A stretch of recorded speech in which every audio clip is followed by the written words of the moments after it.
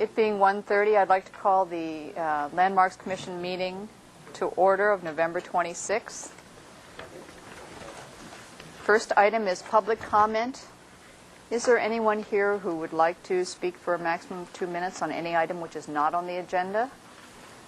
If not, I'm going to close public comment. The next item would be approval of the minutes of November 12th. So moved. Second. Do I have any comments or revisions or questions? I'm going to have to abstain since I was absent the last week. Right. And I believe there was a request to amend a motion made by staff. Are we going to discuss that?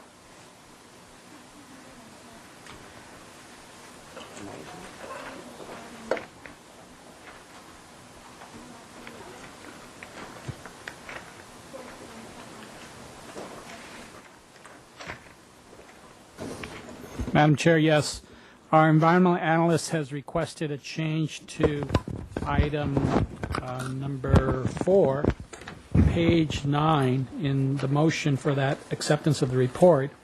She would like to insert under number 4 at the end, design changes shall occur to Group L utility distribution facility in order to allow enough space for the eucalyptus trees to be preserved, comma, as feasible. That would give us some opportunity if in fact we have a problem. And I will speak to ask the maker of the motion to speak. If there's a problem, there's a problem. But I don't think I stated that. I'm uncomfortable in putting in language like that because I think we just made the simple statement. That's the way I see it. That's what I said. No, I agree that's what you said, but from an environmental standpoint, when you include shall into a requirement motion, it gives no wiggle room in case there's a feasible alternative. And we're just suggesting that we're not going to necessarily sign it off without consultation with you all, the Commission. Right. But it does allow the record to allow that flexibility when we explain this in our I just don't options. want to see it be like a loophole through that statement because that was a simple direct statement. I guess I could allow that to have some wiggle room. There are some considerations I think about those eucalyptus. Number one is fire danger, but we can get into that when we see that item next. That's correct. If that item is going to be, is that heard today? No, it's not going to be heard today. But when it comes back, you'll have that discussion. May I offer a language to the maximum extent feasible possible? That would be It's acceptable. a little bit stronger. Yeah, a little bit stronger. That's fine. And a little bit. To be preserved to the maximum extent possible or feasible? Feasible. Feasible. That's acceptable, staff. Thank you. Are there any other revisions or changes to the minutes? I have one. Okay. And that has to do with page 14, item 12. And we're asking to change the tree. The applicant is proposing one tree and we're asking for another. So comment number 1 should be, the tree in the planter shall be a 48-inch box size cork oak. So just change the location of cork oak. And if we want to get specific, Quercus suber, which I know I mentioned, the word Quercus, Latin, suber, S-U-B-E-R, is the exact species. Yep. Thank you. Are there any other revisions? I've never had this quite happen before. We do have a member of the public who would like to speak to the minutes. And so I will open public comment purely for the minutes. Thank you, Madam Chair. Mark Chatillo. Yes, will you identify yourself for the record here? Yeah, absolutely. Thank you. I made some copies. I'll hand those to you. There are 8 copies there of a letter that I sent to the Secretary about an hour ago. My name is Mark Chatillo, and I'm an attorney, and I appeared before you at the hearing on November 12th with respect to 1900 Lousewin Road and Lousewin Road. That is, I wanted to suggest that the minutes, and I think that you're commission was involved in some colloquy on these minutes already. But we very much appreciate your support for the concerns of the community in the northwest corner. And I went through my notes, and then I went through the DVD of the hearing, and I tried to ensure that your commission's comments were all captured. And I thought that there's a couple of comments, and in the paragraph, I repeated the motion out of the minutes, and then in the front page here, I suggest changes. The first is that the baseline plan be the historical condition. It's just clarification. The second is Alvarado, not Arbolado. I believe that's the correct road. Number 4, the design changes should happen both to the utility distribution facility and the garage in order to provide the space between the structures and the eucalyptus trees that have the historical significance. And I thought that was the minutes here reflect the commission's discussion, and in some places they reflected staff's comments during the discussion period after you'd each made your comments, and then there was the motion that was made and there was the deliberation. And there was reference to the garage as well as the utility distribution facility having space for the eucalyptus trees to be preserved. I felt it was clarificational in number 5 that it's HLC the acceptance report does not confer HLC's acceptance. And one thing that was specifically mentioned at the very end of the meeting that I thought was appropriate to be contained within the minutes is that HLC will be provided an opportunity to review and discuss the northwest corner of the project. And that was, for us, that's a very important point, and I think it was very clearly part of your motion. And so I think it would be appropriate to have the minutes amended to address that. And then I just note in the letter that there was a number of other issues that were discussed, and we very much look forward to your commission's further deliberations. But we wanted to take this opportunity to make sure that the minutes accurately reflected your commission's actions. So thank you, Madam Chair, for the opportunity to speak. Thank you, and I will have some discussion from the Commission regarding this insertion of language, and obvious corrections should be accepted, but how about some of the other changes? Yeah, Madam Chair, from my perspective, up to the last sentence, everything else is just a clarification. Yes. The baseline plan is the historic condition, Alvarado instead of Arbolado, and the facility has the garage on top, so it's one and the same. So these are all clarifications. Maybe the only thing to be discussed is whether the last line is part of the motion or not. That's the way I see it. I'm just going to weigh in here. Often the motion should, I think your comments make sense, and you provided good feedback on this whole process. We really appreciate you looking at this. But the way I see it, motions are pretty much, how they're said at the time. These are minutes. These aren't, if there's some kind of clarification, maybe it belongs in another part of this minutes discussion. But that sentence may have not have been said. So how do we tackle, what's the acceptable procedure?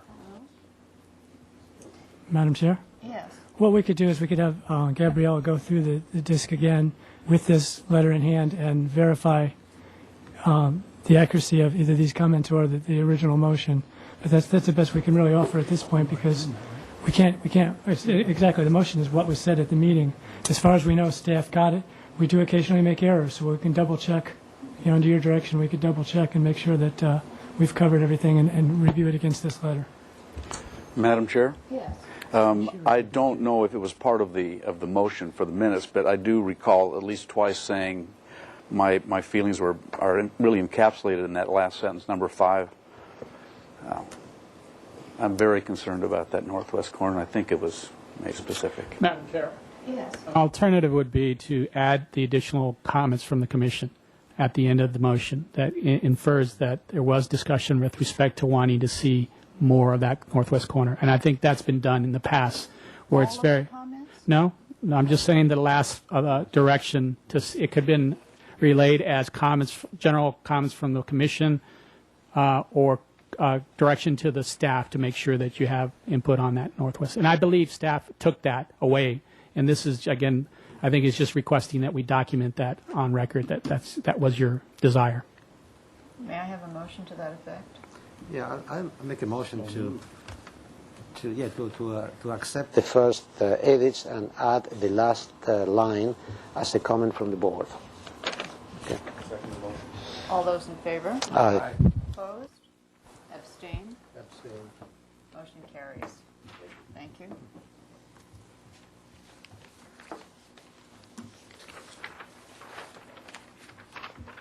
I'd like the consent calendar you discussed. Madam Chair, I was fortunate to be the staff to the Commission's consent calendar today due to Susan Gantz being out on vacation. The consent calendar for November 26th, first item A, 1727 Prospect Avenue, was granted preliminary approval with a continuance of 2 weeks to return back to consent with additional details. Item B, 120 East Delagaro Street, was final approval as submitted of the exterior light fixtures.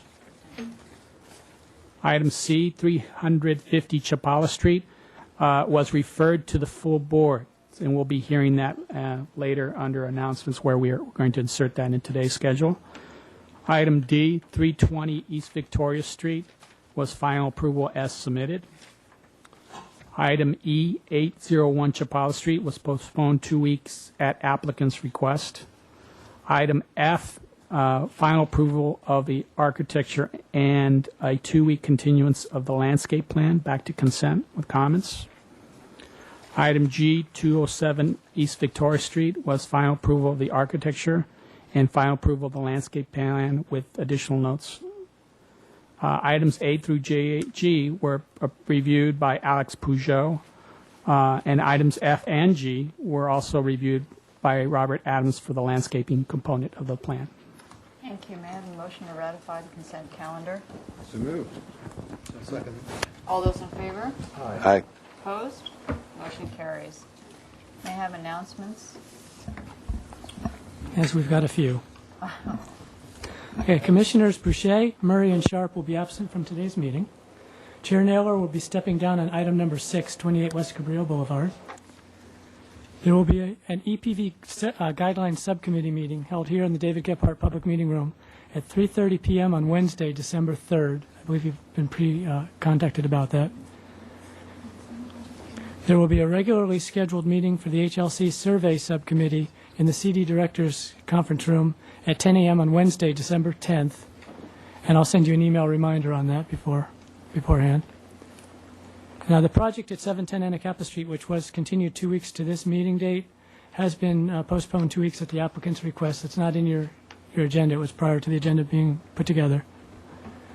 The applicant for item number 3 on today's agenda, review of the El Encanto Cottage number 12 at 1900 Les Swain Road, has requested a 2-week postponement.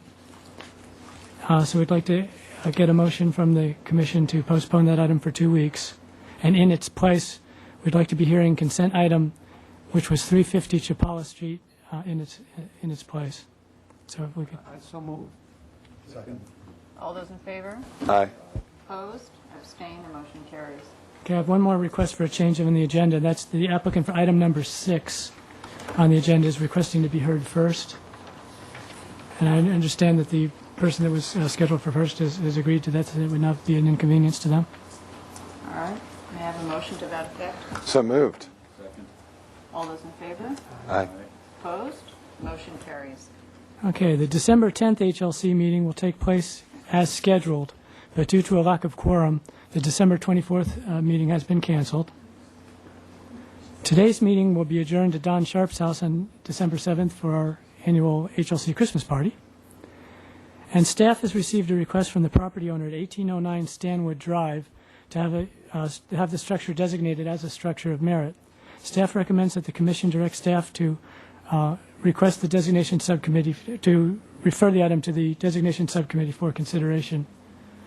So that's 1809 Stanwood Drive. I have a motion. Second. All those in favor? Aye. Opposed? Abstain, the motion carries. And then it concludes my announcements. Minister Ramon may have another. Madam Chair, I just want to clarify if item 6 you were intending to step down for Yes. on. So is it step down or abstain? Abstain, you still be part of the motion and still hear the item. I will step down. So we will lose a quorum on that. I must recuse myself. It's a Cornell project. Right. So I don't know if we can hear it without Mr. House being present. We have a phone call into him. So we're going to have to just go ahead and wait until he arrives. Okay. So, should we assume we're back on the 4 o'clock schedule then? I think so, unless we get ahead of schedule and we can work you in sooner. Okay. We appreciate you giving us the opportunity. We'll see you later. All right. Thank you very much. Are you taking all the plans? Or? And I think you moved it. Yeah, tucked it under the Outstanding. So we'll be back. I have an announcement as well. I will be absent at the next meeting because I have continued jury duty next week. So I'll miss the meeting on the 10th of December. Thank you. Do I have any other announcements? Announcement. Those of you who like pumpkin pies, I made a pumpkin pie for the commission and staff. So at an appropriate time, you can eat pumpkin pie. So I guess he's due here in 10 minutes. I'd like to make a comment. I just think that that's an outstanding effort on the part of Commissioner Drury, and it's bound to be a very artistic pie. Absolutely. And we so appreciate it. One other quick announcement is there was going to be a ribbon cutting ceremony for Vera Cruz Plaza. That's been postponed. We'll let everybody know when that ribbon cutting ceremony for the park improvements are finished. And then also, I know that the CEC, Community Environmental Council, along with other groups, are planning a fire resource workshop on Saturday, December 13th, 9 to 2. I'm not exactly sure where that is. It's possibly at the Montecito Covenant Church. Last I heard was Cold Springs School. Cold Springs School. Well, anyway, just to let you know, there are there's a lot of efforts being made by the AIA and various people in town to really help out the fire victims. Thank you. Are there any other announcements? If not, I'll move to subcommittee reports. I'm sorry? Subcommittee reports? Well, yes, if you're referring to the arts agenda, I got a big packet. The amount of reading that needs to be done is quite extraordinary. But the first meeting will be, I believe, the 3rd for me, and December 3rd for me. That was the December 3rd for the... Yeah. For the beginning of the process of picking out... Green? For the... No, it's green. For the process of picking out the appropriate art for the Cabrillo Boulevard project.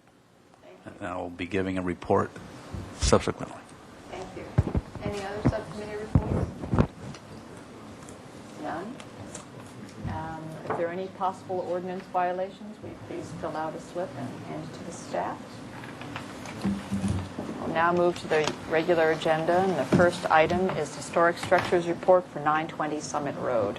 Please introduce yourselves for the record. Pamela Post, Post Hazeltine Associates, one of the authors of the report. Okay. David Van Hoy, architect. Randy Mudge, landscape architect. Thank you. I do remember we had a discussion about this before, but if you wanted to add anything to your presentation, or... Madam Chair. Yes. The reason this item, we did hear it before, but because of the large amount of reading material that you received on short notice, it was requested that this item be postponed for the 2 weeks to give you ample time to read the report. So we need to kind of start back from square one again. Again, amazing piece of work. Staff agrees with the conclusions and recommendations found in the report. However, we would like to add some additional information. We discussed at the site visit a boundary. Ah, yes. And colored.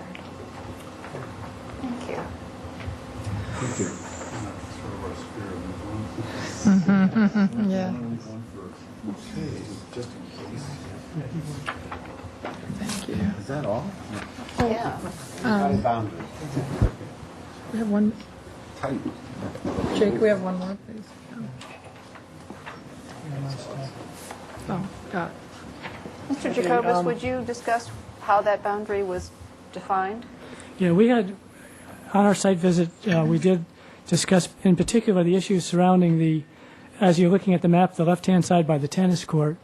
That very straight line that you see represents that partial wall that separated the height from the grade and the grade of the tennis court. We do need to have this plan updated to show the pro shop, which is not being shown here. If you remember, that's part of the reason we wanted to extend out to that side was to pick up the pro shop because of its close proximity to the structure. When we set a boundary like this, we need to find something that's logical, and what we were looking at, and we had Tim look at this closely. What we were looking for is something that would basically pick up any area where there's going to be some spatial relationship between the exterior and the building itself. Normally, if we designate a building historic, we only pick up a 6-foot perimeter. In this case, because the building is so large, because the site is so large, and because it's seen from such a great distance, we wanted to pick up extra area around it, so anything that might be potentially impacting the building would be picked up. This is what Post Hazeltine came up with, and staff can support this as a logical boundary for the delineation of. This would be for both your review and when we designate as a structure of merit. This would be the area that would be covered under that designation for future review should there be any changes. What we would like to have is the report amended to add this map to the report, should you approve the map, add the map to the report with a brief discussion on where these boundaries are and why we've chosen this particular boundary. And with that, Madam Chair, staff passes it to you for your consideration. Thank you. May I have discussion of this map by the commission members, please? I actually have a question. I know there's some reasoning, but we're not including the whole driveway entry experience necessarily. What was that consideration when the boundaries were drawn? Well, my understanding from my conversation with Tim Hazeltine is that the driveway itself is not necessarily considered an historic element of the site. It's part of the greater golf course, which has been altered over time. The driveway is going to be altered, further putting the jog that they want to put in the driveway on. And also there's a maintenance building that's to the right on the map as you're looking at it of the jog that's a sufficient distance away that it's not seen from the main building, nor will the main building be seen from it. It's also going to be done in a simpler style of architecture to reflect more of a vernacular service building rather than the high style of the main building itself. So that's why the driveway was not included as part of the designation area or the purview area. And if I can speak a little, I have discussed that I actually prefer if we start from the entry and come in, then I feel that both the length and the way you approach the building is part of the historic aspect of this building. So I personally would disagree with the boundary line of this, and we'll welcome further discussion on this. We have Pam Post available that can perhaps elaborate a little bit more on what the value of the driveway is versus the building itself. Thank you. She's a historic value. Yeah. Well, Tim and I, in looking at this, felt that the envelope that was provided, as we see in this drawing, was sufficient to provide an setting, adequate setting for the Montecito Country Club, and the driveway we feel is utilitarian and not particularly, say, in our estimation anyway, would figure that historically into the setting of the and over years, driveways have been reconfigured.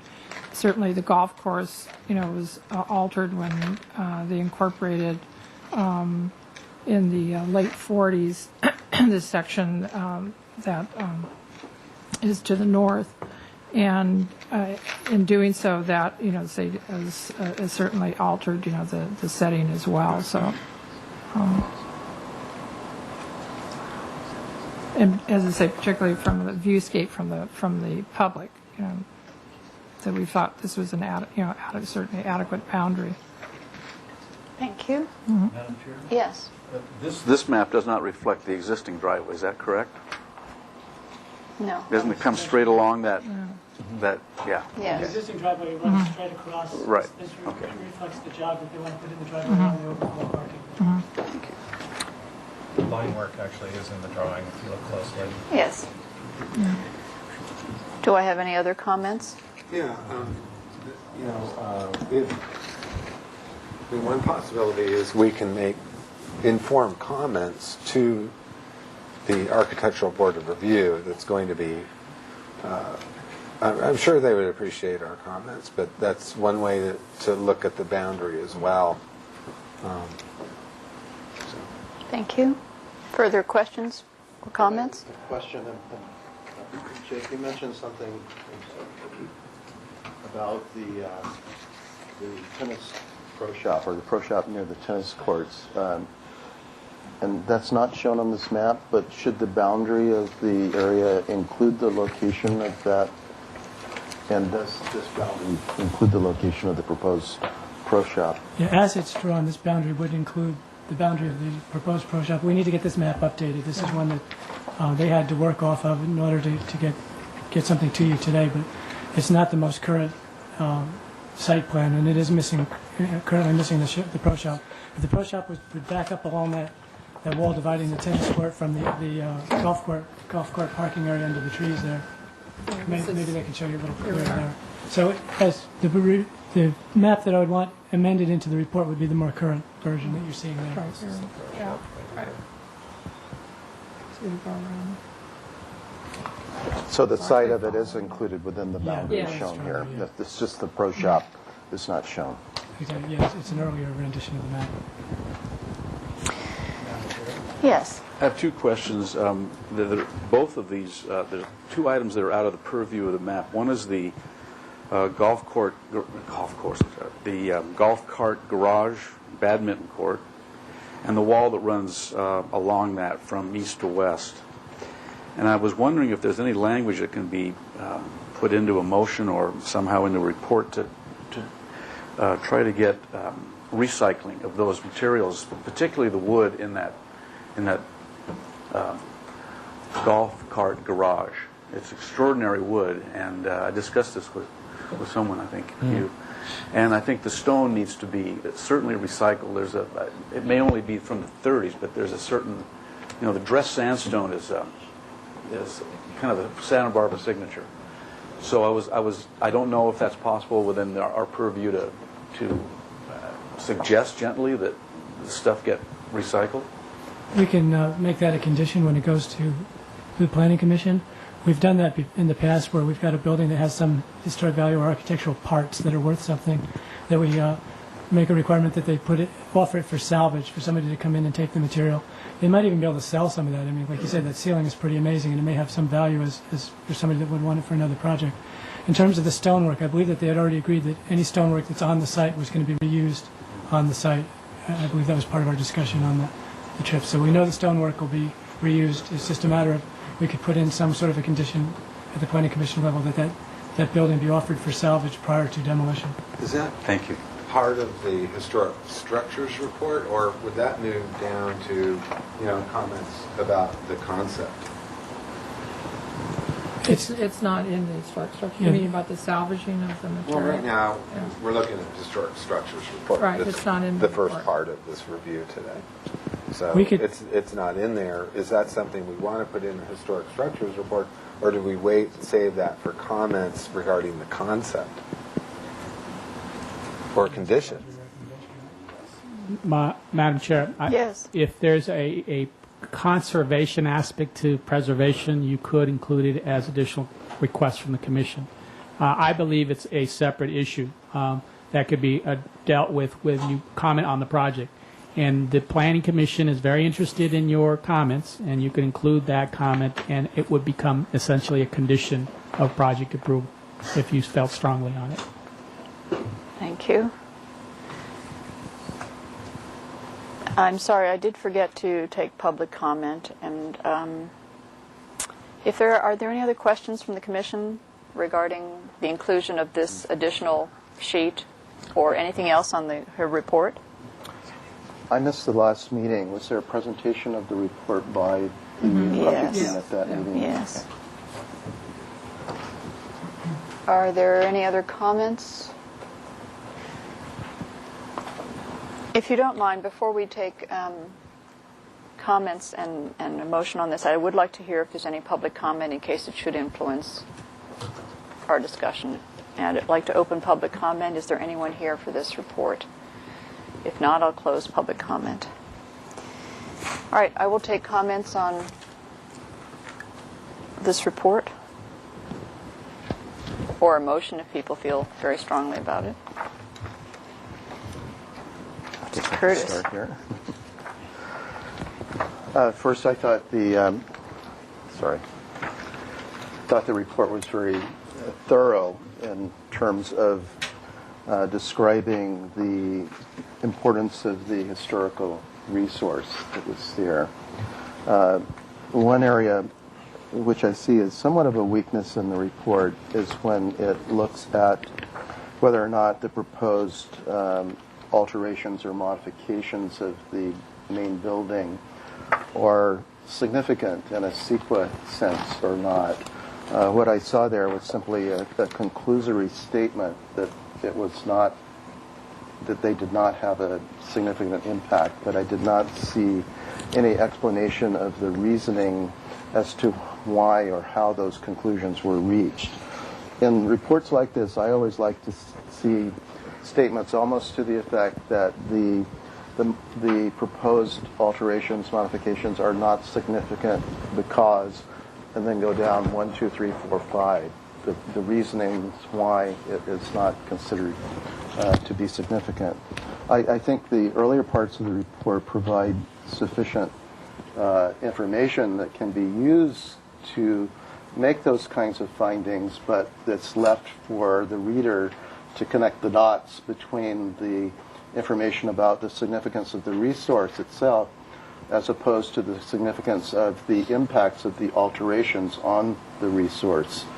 So it's just something that I see as a general weakness in this report, and I see it, unfortunately, in many of the historical reports that we get, which don't really provide the critical reasoning why the alterations that are proposed are not a significant impact.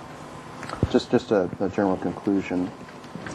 But in essence, I did agree with the conclusions of the report about the importance of the historical resource and that the main building should be designated a structure of merit, but not a higher level designation than that. And I also agreed with the conclusions of the report that the badminton building or the storage building should not be considered a significant resource as well. Thank you. So again, I thought it was a very thorough report in discussing the significance of the resource itself. But when looking at the impacts of the alterations on the resource, that part I thought needed a little bit more explanation. Thank you. Do I have any other comments on this report? Well, I do have just sort of a thank you for taking us around Country Club, because the report made much more sense when we were actually on site, and I appreciate that. Thank you. I'll entertain a motion. I move to approve the report as submitted. With the addition of the Yes. appended site plan with the boundary of our purview. Correct. May I have a second? Madam Chair, Yes. that would be, we want to include the map, but we also want to include some brief discussion on how the map was derived. In the motion?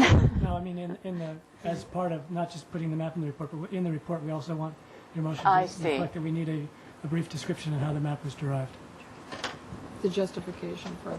And if you prefer, it could be something that you could just return to staff for review, unless you want to see it again. Will the maker of the motion amend? You want wording about why the line was drawn like that, or what? Yeah, well, definitely seems to be some controversy among the board as to how it's been drawn. So I'd like to have just a little discussion on, if it goes along. This is kind of hard to see even in this scale, even if they do an 11 by 17. So there's some discussion, like, for instance, the southern boundary actually is placed to be 10 feet below the crest, so that we pick up the entire grassy terrace area. So there's reasoning for why we did all this. It's not necessarily apparent by looking at the map. So we just wanted to have a brief discussion as to. Madam Chair, I think it's also going to be beneficial if the designation question comes up later to clearly define what the intent was on the boundaries for the designation, if we choose to go forward on that. But within our motion, or for staff to work with the Staff historian? would verify that the narrative description follows the map exhibit. All right. And also, if you could indicate it's an acceptance of the report, not the approval of the report. That's Acceptance, consistent. sorry. Thank you. Okay, so the area. Yeah, okay. Also, the other, just a minor point, is that this boundary map should be added to this report. Yes, If that it's is not going to. included. Yes, it is going to be. Yeah, All right. it's going to be. Mr. Peugeot, please. Okay, I believe the area, the boundary shown in this map is the area that we will review, right? So that constitutes the historical resource, correct? Okay, and the reason is that it includes the direct approach to the building, to the clubhouse. It includes the terrace to the south. By that I mean the parking lot to the north of the clubhouse, because it is the way it is approached, and it has a certain formality, and it strengthens its sense of symmetry and actual arrival. I believe that's the reason why it was included, Right, correct? This is what we're going to have most Hazelton include in the report, right? The type of things you're talking about, so that You don't need to give the an easy reasons. understanding for the future reader to understand how those boundaries were defined. Also, that boundary would be, like Mr. Lamont said, if we decide to designate, that boundary would become the area of the designation rather than the usual 6-footer on the perimeter that we have for smaller buildings. Well, because of the reasons, you stated the reasons before, because of the size of the building, the size of the site, to include the terrace to the south of the clubhouse, and the area directly to the west, including the wall there, right? There is Right to the wall. right to the wall, including the pro shop up to the retaining wall. And the reason the driveway is excluded is because it's post-date the property's period of significance, as stated in the report. I think that's good enough. That was another approach. And when the clubhouse was first built. Is that clear then? Yes. May I have a second for that motion? All those in favor? Aye. Opposed? I oppose. Abstain? Motion carries. Thank Want to you. include the driveway? Yes, I do. Well, we're in a democracy, right? All right. The next item is concept review of 920 Ma'am- Summit Road. I Yes. don't know if this applicant is still open to having the West Cabrillo project. Now we do have Mr. House present, or you would have to wait. I don't know if you want to entertain switching over again. That's up to the applicant, I think. That's their generosity of time. The applicant here assured me you would only hold your comments to 5 minutes, so. That's because I'm late. Yes. Thank you. I will recuse myself, Mr. Peugeot, when you step in.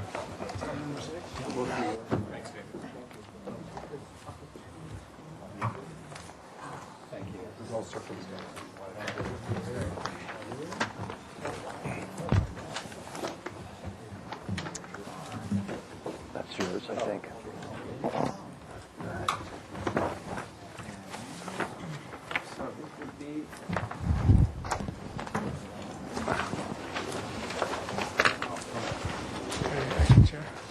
Okay, yeah, hold on a second. This Mr. Chair? item, yes. This item has to be forwarded to the Planning Commission.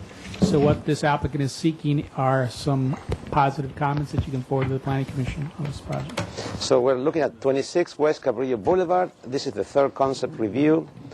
The project requires environmental assessment, and we're making comments to the Planning Commission. This is what we said last time. Let's see. Here we go. So there were a couple of straw votes last time. How many commissioners find that the proposed location is acceptable? 3 and 2. 3 for, 2 against. How many commissioners find that the footprint of the proposed building is acceptable? That was unanimous. How many commissioners could support the approach taken to the parapets, including the tile cap and corner details? And it was 4 to 1. How many commissioners could support the fenestration as proposed with adjustments? And that was 5-0. And what we said was we wanted to continue to the Planning Commission with the comments that the footprint is supportable as proposed. There is no desirable location for this building, but the Commission recognizes that what is proposed is a functional building. Therefore, what a long motion. Therefore, the proposed location is marginally acceptable. And then there's some comments about adjusting the windows and introduce more landscape around the perimeter. And some commissioners felt that the architecture of the building could be studied to relate more to the existing buildings. And we asked for a photo simulation. Did you have that? Okay. And that was it. Yes. No. It's coming. We wanted to get some more and better. It's coming back for more punishment. Well, there was also a couple of items I thought we should address specifically to Planning Commission. Great. Okay. Why don't I just show you the site plan? I've actually dashed in where the old building was and versus our new building. And you can see it's essentially a 90-degree rotation with a lopping off of a little L section that we had last time. So the building is shrunk. Okay, so this was it? Yes. Right. And now it's this. Right. Okay. And that is all tucked into this trellis. That is. Oh, it went right against the trellis. It's deep into the trellis now. Let me go to the blow-up plan, and you can see better how that happens. Specifically with the roof, what I'm doing is continuing the trellis here along both edges there, and that will allow the vines to grow along and tuck this building and hide it better than before. Essentially, we also created this view. Robert, you had mentioned that specifically at the last meeting, from inside the pool deck out through now. There's no longer this mass here to block these views out of the property, and that you'll see that on the photo simulations as well. We also have included, I'll show you the elevations that show the massing here. Obviously the massing has been reduced, which I think helps all involved. But from the street side, that the gate remains this time instead of previously we were going to remove that gate and cover that, and so we keep the openness that I think was the essential theme of the last review. From the inside, this is the north elevation. If you were looking out, and you'll see it's nice and open in this area here through. Again, you'll see that in the photo simulations. So windows fenestration, you can see that we've reduced some of the window fenestration, and I think tied it in better than before. So you only have 2 windows, 1, 2, right? Yeah. So that makes it simple. Well, that was the key. I thought it was just simplifying. Yeah. I think is what the key to a more successful building. This is like a big awning, huh? This is a canvas awning. There are no. The windows is a huge awning window. Yeah, like Brophy Brothers. It's the same concept. Okay. There will also, the landscape plan will show you, we're proposing some landscaping in front of this mass of plaster here, and an espalier on the north end here as well, as well as some ground planting, and you'll see that in the landscape plan, which I think we should flip to now, because this wasn't provided previously. I need to I need to get situated here. Where is the edge of the pool? Right here. Right there. Yeah, Okay. where the building, you go back to the floor plan and show how much it moved. So we just We've gotten a- That was the distance. And Now we're it's here. way over here. This whole Okay. section is gone. So you increased that by, you moved it away by how? By 10 twice feet. as much, yeah. By 10 feet. So total, what is that now? It's about From the- 15 feet. Okay. Yeah, and it was 6 feet, I think, to that corner Right. previously. So in the landscape plan, again, the corbels coming off of the building, vines running atop of those, leaving this existing tree in this planter box, which is modified, this planter box, but we don't feel it will affect the tree. The planter box is huge as it is now. Modifying the streetscape to break up. This is just concrete paving. We're going to saw cut some joints there and make this some grass joint paving, or I'm sorry, just a planted joint. Modifying these existing stairs are back to at this point now. We'll move those forward along with the revised pool deck. We'll just wrap around the building now. And this is to allow server access. This is where the pool server will pick up. Are you allowed that to have like no landing in front of the door? There is a landing. One.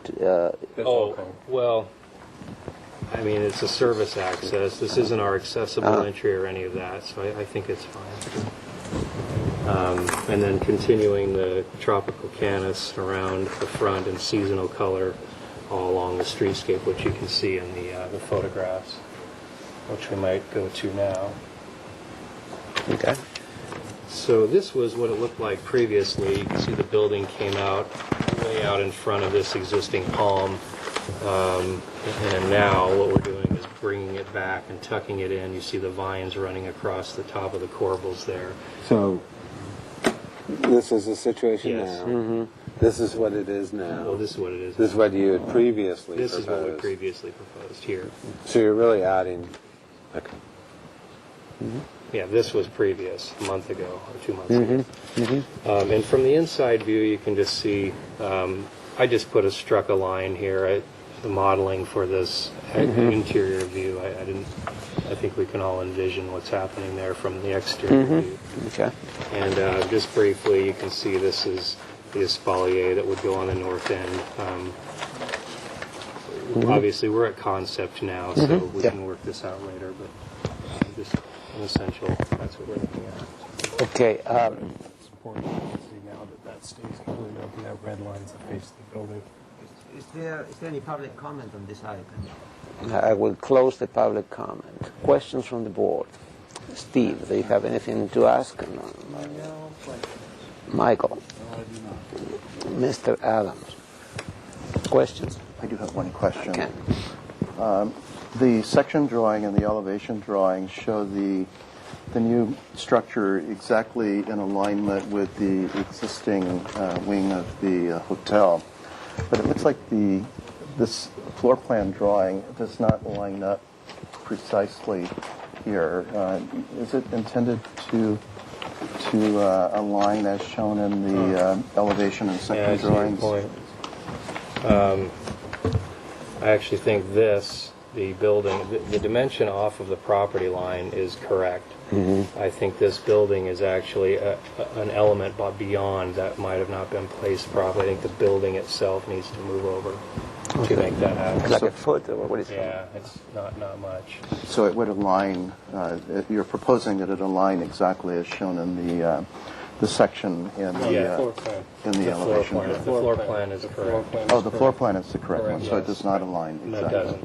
doesn't. And there, this is an existing column and trellis that's all in that area. I don't think there's any relationship from this wall face to that wall face architecturally that you would need to be concerned about.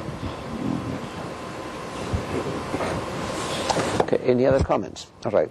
Do we have questions? Let's move on to comments then. So this is going to the Planning Commission, so we need to tell them why we like it or we don't like it and so forth. Mr. Chair. Well, Yes. Just ask, previously there wasn't any comment as to size, bulk, and scale, which I know always comes up at planning Planning Commission. So Yeah. maybe you could comment on that. At some Well, it's enormous. We know You could that. say it's very small. Small. It's too small. Okay. No, thank you for all the work you've put in on it. I think that it's a big improvement over last time. It was kind of complex for a small building, and I think just simplifying the footprint of it is a great improvement. The only things I would have to comment on, I recall one of the comments had to do with trying to achieve more consistency in the cut-ups of the windows. And there are fewer windows, but I see that they just kind of don't resemble each other, or especially resemble the other windows in the hotel. One could argue the big pass-through window has kind of square cut-ups which resemble the cut-ups in the windows shown on the elevation. But it's such a long horizontal window, and considering that you have a 3-compartment sink opposite the middle of that window, I'm just wondering if it could possibly work for you to have a mullion there, and that'd be 2 separate windows that go up, and then you might be able to it wouldn't read as one big wide window. And possibly on the small window, considering you need that to open up also, whether or not you could reconfigure that to be, instead of divided into 4 sash, divided into maybe just 2, just a bifold going to one side. Because you don't have traffic going across there, do you? They just be coming from the pool from one direction. Right. That might be the best solution, and you'd achieve something that more resembles the proportions of the other lights. Definitely look at that. Other than that, I think the mass, I mean, how could one complain about this? I mean, it's diminutive. The way you route the trellis around it is all nicely integrated, and nobody will ever notice it was there. Mr. Chairman?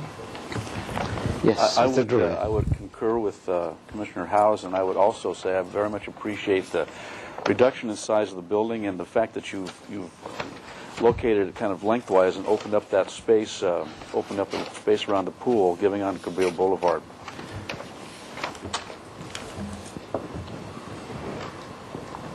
Okay. Any other comments? Yes. Mr. Adams. I think it's the location has been greatly enhanced by moving it away from the pool. That's very appreciated. I think the integrating it with the trellis helps to soften the mass bulk and scale. And I have a couple of comments as far as landscaping goes. I think it's the right amount of area, but I would explore, instead of lawn joints, we're trying to get away from lawn in the city. So look at woolly thyme, or some other drier, very hardy, walkable, very low situation between the joints. I think it'll make it more interesting. And then the other comment I want to make on sheet L101 is you're using Liriope, Muscari, Majestic. I would ask you to restudy that. Liriope is, yes, it's a shade-loving plant, but it's kind of blah. I think you could look at the Carex elegantissima, or just restudy using that. I think it's a very staid and kind of boring type of plant, and you have a nice mass there. So I would ask the landscape architect to restudy, see if there's something else they might want to reconsider for that large bed on the south elevation. That's what we normal people call lily turf, isn't it? Lily turf. It's green. It has a purple flower. Okay. Sometimes. Very good. So restudy. I think it could be restudied. We'll restudy that. Okay. Very good. Additional comments? I just want to say I agree with most of the comments that have been stated. I think the shifting it so that the narrower dimension faces Cabrillo is a very good move. And I like the way the trellis integrates the new building with the existing building.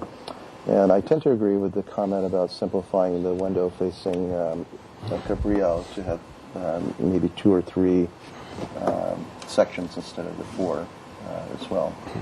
That's not a key part, so I can support the project as it's submitted. Mr. Chair. Yes, Mr. House. After I made my comments, I started thinking about the roof shape, and I don't recall all the reasons. It did come to me, though, that one reason you couldn't have a pitched roof is because of your exhaust fan. Is that the main reason? Because I was thinking the building's so simplified now, it's all the more reason to integrate it with the existing architecture by having a gable end, but then there's that pesky exhaust fan. But at the very least, I'd like to be assured next time you come to us that that's not going to get any taller than it shows here, because it will already be visible from certain vantage points. And I think we need to be very careful about that. We're looking at ways to reduce the framing underneath it, build a pitch pocket if we have to. Yeah. Whatever we can to keep it as low as possible because we're That's a good point. Okay, I will add it to the motion then. Okay, so what we need then is to send these comments to the Planning Commission, and right. So you want to take? The Commission appreciates the changes in the footprint. The location is greatly enhanced because it's away from the pool. 2, it opens up space around the pool. And 3, it shows the narrow dimension of the building facing Cabrillo. The Commission finds the mass Vulcan scale diminutive and inappropriate to its location. And that is enhanced with the fact that the building is integrated with the existing trellis. We have some small comments when the applicant comes back. That is, that there are 3 comments. One is to provide consistency in the window breakups between both windows, suggesting to divide the big awning window in 2 with a center mullion, and to have a single bifold instead of a bifold with 4 leaves. The second comment is to provide an alternate to grass joints in the that you don't smoke that, right? These are grass joints between the paving area, right? Okay, so I want to clarify that. Okay. And to restudy the lily turf. And those are the comments. Did you take down all those comments? What she doesn't have will get off the tape. And the tape, it's all in the tape. Okay. Do we have a maker for that motion? Make that motion. Second motion. So we have House and Curtis. All those in favor say aye. Actually, it's not a motion. It's just comments. But the comments include the motion. It goes. No, it's just comments only, so there's no actual motion. You're making your comments to the Planning Commission. Okay. We'll indefinitely continue it to the PC with Right. comments. Okay. Very good. Okay. very much. Thank Thank you you very Okay. much. And now, will you please call Suzette? Suzette?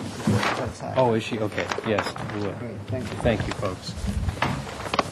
Okay, we're back to business. And Are you guys going to be using sets that are identical to these, just not folded? Are there any changes in that? Mike, we've got some of them in color, just they're easier to read. no, nothing to us.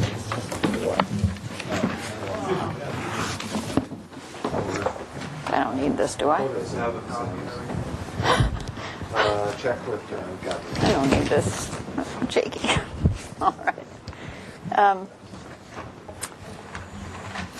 Let's go back to item number 2, 920 Summit Road, concept review continued. If you would introduce yourselves for the record and start your presentation, please. David Van Hoy, working on the project together with Blackbird Architects. Randy Mudge with George Burton Associates, Scape Architects. Great, thank you.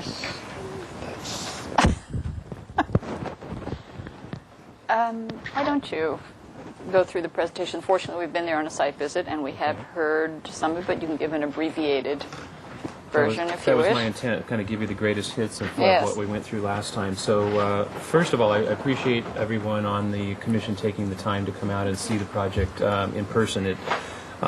It's it's very important that you see it in its setting and those sort of things and understand what we're doing and probably more importantly what we're not doing in terms of we're staying away from the Goodhue and G.W. Smith portions of the building and really the small modifications that we're proposing are all in the very recent 50s and more recent non-historic portions of the project. We have a site plan to refer to. You've been through the scope of the historic portion of the site. Again, the project primarily is, let me get to the elevation sheets, is primarily, as you recall, swapping out the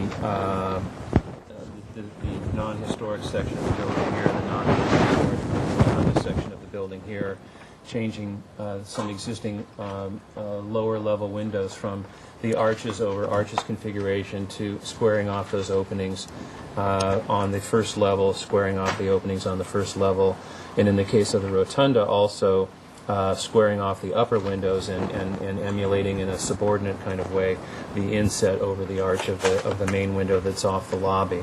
All being done to, again, simplify the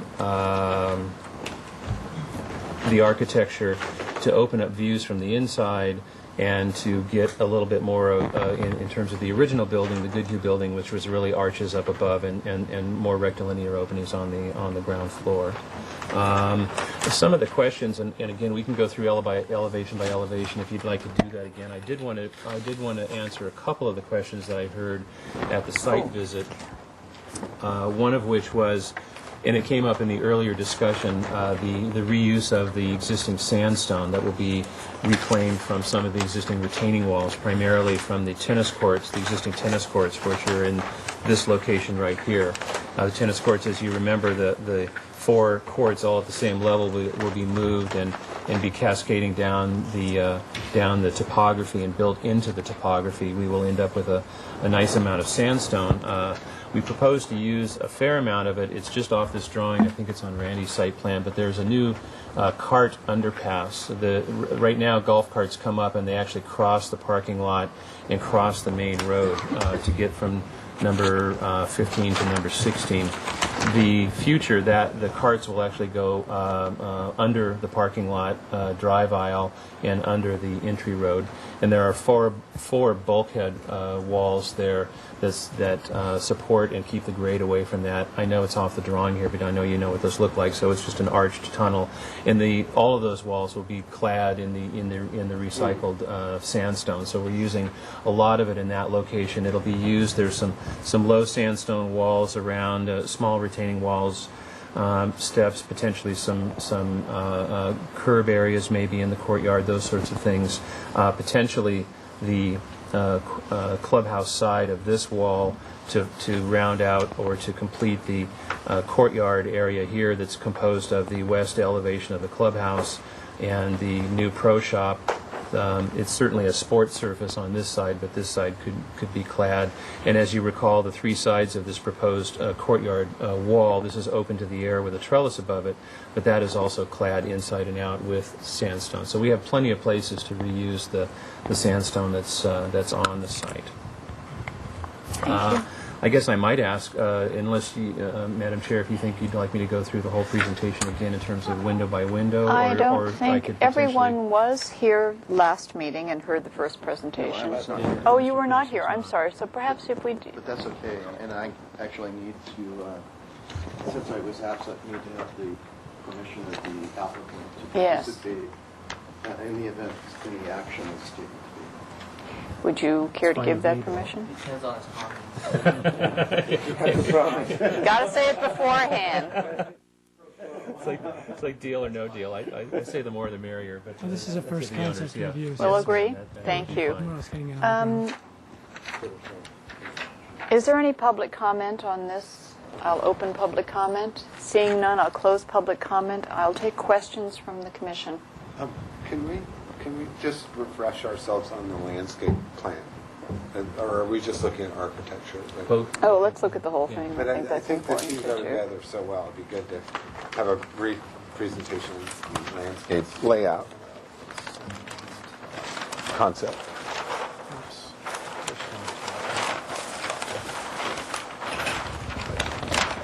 that the one? Oops, same one. Don't have the big one.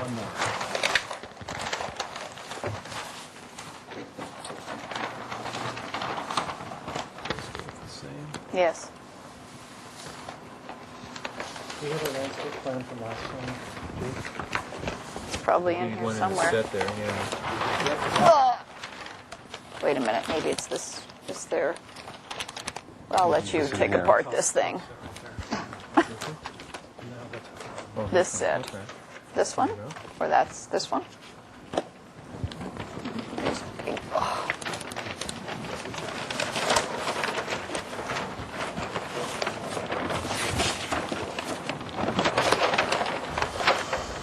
Ah, great. That's the new configuration of the driveway.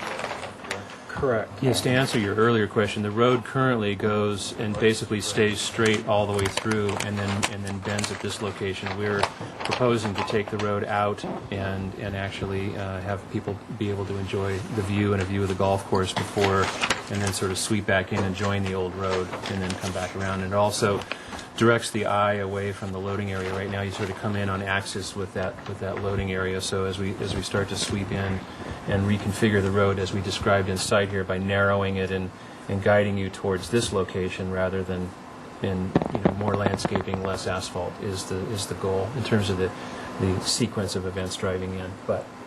And one other thing that this jog accomplishes is that there's no really good views of the clubhouse from this entry drive. You're basically in a Pittosporum and Myoporum line tunnel with, again, looking at the loading dock. So by swinging out and looking back towards the club, you will see the tower, and it's one of the few places where you really get a view of the clubhouse itself on the entry.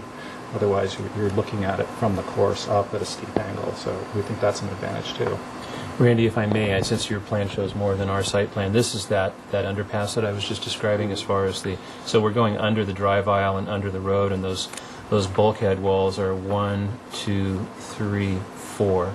There'll be stone with a guardrail, probably I would imagine the timber sort of Montecito guardrail at the road level, and then sandstone with an arched opening for golf cart traffic. So they're very small scaled as well, not big enough for a car to drive through. Sorry. So as we proceed up the main drive, the existing drive is much wider with a center island now, and what that does is it tends to direct you towards this parking area, and we wanted to steer people more into this main parking lot and create a greater sense of entry to the clubhouse area proper. So we're thinking maybe some stone columns here. We're going to have to relocate a couple of Canary Island date palms, so those will probably go on this corner, kind of framing this entry here. And again, creating a much better sense of entry and directing people into this, the main parking lot. Then the existing parking lot ends right here, so we're adding a fire department capable turnaround at this end, removing parking from across the front of the club on this side and creating a valet drop-off area with some kind of enhanced paving.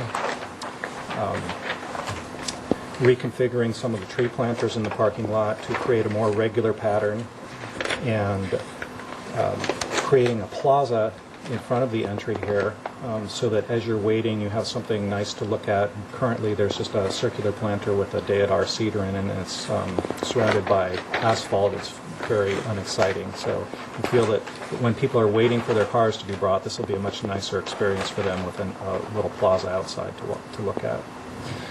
Then we will be re-landscaping the planters around the perimeter of the parking lot, saving a few particularly interesting trees, and relocating some of the other trees, like perhaps the crepe myrtles that are in this planter where we're blowing out the wall. And we're thinking maybe crepe myrtles would be the tree that happens in this area as well. Then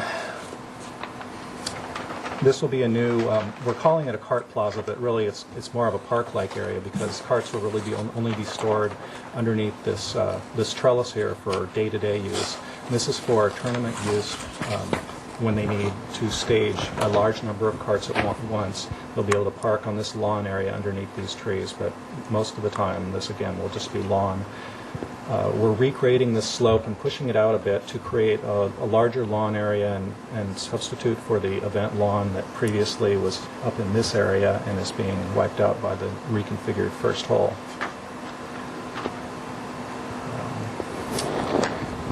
Reconfiguring some of the walkways around the back side of the building and replacing some of the older concrete is part of a different project. The fitness center is moving into this part of the building, and you saw David's windows that are changing. So we're adding planters in front of those windows to create a separation between the walkway and the people who are working out in here. This is a dining terrace with existing trellis, and we're going to create a small band of planting to separate that from the walkway, so there's a separation of uses there.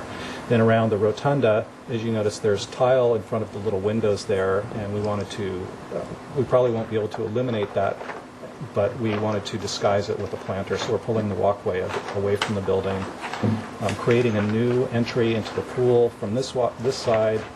Then as we showed you when we were out on site, there's that long colonnade that runs kind of into the building here. We're taking that out entirely, and I'm going to create a new walkway, a more circuitous route through here with a focal point at the entry into the pool area, maybe a water element, trying to save most of the trees that are along this embankment and add to them. The pool area will be going a little bit more to the tropical side with some palm trees, just to give a little bit different feel to that area, and get some planting in between the chaise lounges, because as you saw, that area is very stark right now with really a lack of landscaping. Also adding landscaping on the outside of the pool fence, again to green this area up a bit. I think that pretty much covers the changes to the landscaping. Thank you. Are there any other further questions to the applicant? I realize this is outside of the jurisdictional area, but what will be in the area where the jog and the driveway moves around? This area here? Is that landscaping? Or This is it's a little bit of both, actually. Right, we have a requirement. This is a conditional use revision, basically the process that we're going through right now. And the club is required to have 250 daily parking spots and 150 overflow. What we're doing is so the gray parking comprises the 250 day-to-day parking spaces, and the 150 overflow will be actually on a landscape, on a turf area here, and be configured in valet parking, because that is another, that's for events only, and it would always be, you would drop your car off here and it would be a valet type situation if it's needed. So to answer your question, this is turf, this is some sort of permeable paving, so that currently the lot goes to here, and this is a gravel area, and there's some maintenance functions going on in this location already, so we're going to keep all of this area in terms of either turf or permeable paving, because it's mostly empty. And used occasionally. I mean, I know Edison staged up here, all of their trucks during the fire. It's been used as it's a great, kind of large piece of property that gets used for outside purposes on rare occasions. Does that answer your question, Kim? Thank you. Any further questions for the applicant? Yes. Yeah, just to clarify the thin trees. I mean, are they going with the with oaks, or is it more like the cypresses, the Monterey? Or new trees? Yeah, I mean, because I know there are a lot in the chapter, in the field already. Around the clubhouse, there's a slightly different palette than there is on the golf course, and you have to be very careful with the trees on the golf course because of soils, reclaimed water, and we're losing a lot of the cypresses and pines on the golf course now, so we're a little bit gun shy of planting more of those, although we would, that's the ideal for us. But around the clubhouse, we have much smaller scale planting areas, so smaller scale trees. Drought tolerant Mediterranean type trees. The stone pines seem to be doing well up there. Olives, perhaps some island oaks or cork oaks. We also have a lot of cork oaks that are up there, and basically sticking with what is working there now. Okay, thank you. Yes. Sorry. I had my head buried in the plans. Yes. In the golf pro shop, is that a functional fireplace? Well, yes, it would be. It's. Let me get to that same page. Which one? Well, let's see. The plan view is on You're in the elevation A2.5. Yeah, basically in the plan view, right? You'll see that to get from either if you're dropped off in the valet area, you would come down these stairs and proceed under the porch and into the golf shop, check in, and go play golf if that's your. Some people like to make a beeline from their car right to the golf course. Those that go and use the clubhouse will come across this way to the porch and in. And so upon entry, there's a fireplace on axes here that will provide, and our intent is to make a real fireplace out of that. And then it's simply in something that will provide some heat to that space as well. And then the check-in spot is actually on the view side. Okay. Any further questions? Yeah, also on the Golf Pro Shop, I noticed that the roof eave, the rake detail is different than as drawn on the existing clubhouse on that gable end. Was it your intention to match that detailing or have a departure? I'll check our drawing graphics, but our intent, which is the more important thing, is to, with this building, is the overall goal is to make a small, simplified, subordinate structure to the clubhouse, utilizing the same materials, the same colors, and the same detailing. The point being that the rake detailing on the existing building is a lot simpler than shown on. Okay, and the rake details are very simple on the Goodhue building, and this would match that detail. Okay. Correct. Any further questions? Seeing none, I'll take comment now. Sure. Okay, then. Well, I think everything you're doing is an improvement. And, you know, it would be nice if you had unlimited budget and you could fix the trellis and fix some other window situations. But I like the direction it's going. My primary comments would be in the fitness center, I would much rather you go in the direction with those windows you're replacing, going in the direction of the original windows. I recognize that part's an addition, but there's really nothing on that facade that evokes the original, and I'd really rather see those feel more like the pair of rectangular windows underneath the larger arched window as the original elevations depicted. And you've still got those pairs of rectangular windows on the north elevation. So, you know, I can understand for dining rooms, etc., it's important to have a real vista, but I don't find the same argument holds as strongly for the fitness room. And yeah, I think that would be a lot nicer. And I do like everything you're doing to the semicircular addition, and I think there's, you know, a strong argument for that standing alone and the fitness room kind of relating to the way the building used to look, so instead of having the same detail follow through between those two different things. On the Golf Pro Shop, I think borrowing from the palette of the existing building is a good thing, and keeping the eave detail and the rake detail identical to the big gable end of the clubhouse. The south elevation, I don't know, from the first time I looked at it, it just feels like with that big arched window either trying to be a baby version of the big clubhouse. It just, that big arched window maybe feels a little ostentatious to me or something, and maybe there's a... Which Can we show this we're on on our screen? A3.5. 3.5? A3.5. There we go. Oh, I see the south elevation of the clubhouse. Yeah, and I think that... The pro shop. The pro shop. Yeah, that whole building is something that I would really appreciate you just putting some more effort into. It just doesn't seem like it's there yet, and it doesn't really have an interesting composition to it. It's just got this symmetrical arrangement on the south elevation, and I don't know if those if that metal grill work occurs anywhere else on the clubhouse. it should feel like it was all part of a composition, and this just feels like it could be from anywhere. So, but I think simplicity is key. So maybe getting rid of that grill work and borrowing from the palette of how windows are or were on the original building would be useful. I wondered about the fireplace and the chimney, because I wouldn't especially want to see a false chimney just for the sake of adding to the composition, but if that is a functional fireplace, that's a different thing. I didn't really see anything on the main building that gave a cue as to how you would handle a chimney. I guess there's some small little things buried in the big roof mass. There's two of them on the building. Yeah. Right. And this is actually the design from the original Goodhue fireplace. Is Okay. The G.W. Smith remodeled subsequent to that. So we went back to the Goodhue version, which is very simple, slightly tapered, and it has that little slightly indent on the top. Yeah.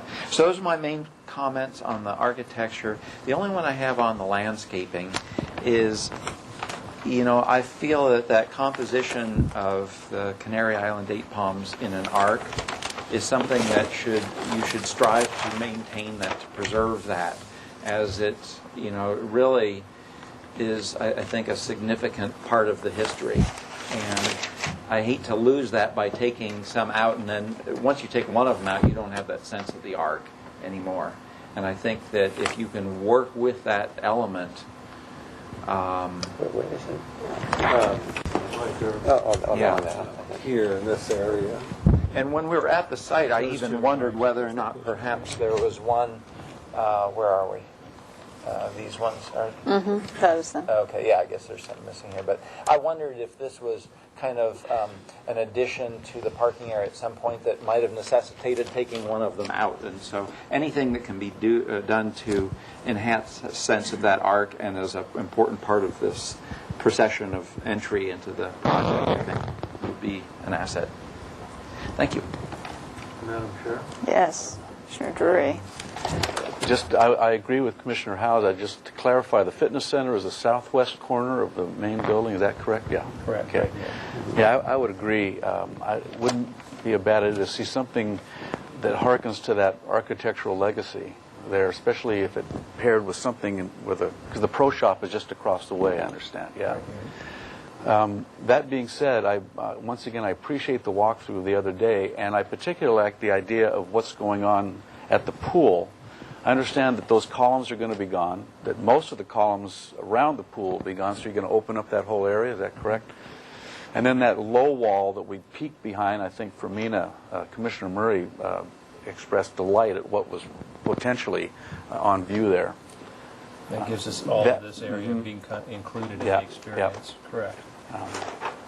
And except for, beating the dead horse of saving the wood in the in the badminton building, those are my comments. Thank you. Thank you.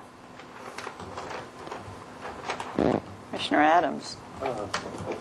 I basically really appreciated the walkthrough, and I think the project's going in a good direction. I do have some comments. So, okay. I agree with the comments about the arc of the Phoenix canariensis. Just a couple general comments. I think all the healthy canariensis should be saved. I think also all the healthy Pinus pinea, the Italian stone pine, should be saved. Let's see. I actually I like some of the ideas that you've developed around this, kind of curving walkway through the landscape. But I like that idea generally. But for this building, I feel like that the paving needs to be more stable. I'm not particularly comfortable with an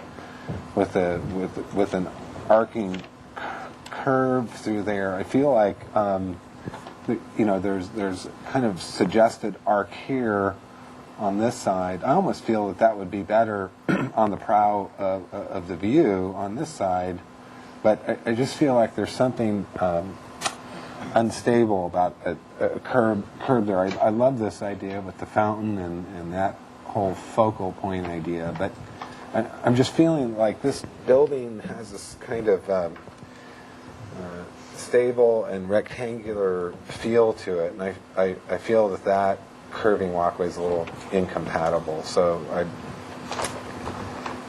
I just want the other commissioners to weigh in. It's not a major problem. You're adding landscaping, which I appreciate, but it's somehow the curves near the building don't feel right. Let's see, the cart parking. There's grass under there. I feel like you really need grass. You might look at decomposed granite or something that looks like a soft parking area. I'm a little bit uncomfortable with having carts on grass under a trellis, kind of a shaded area where there's grass. I appreciate the fact you're going to be taking away some irrigated areas and saving some water. I think that's huge. I can't tell you that's going to go a long way. I also feel that the private patio in the southwest corner, I feel like the materials are appropriate, the shape's appropriate, but I feel like it's a little bit too tall.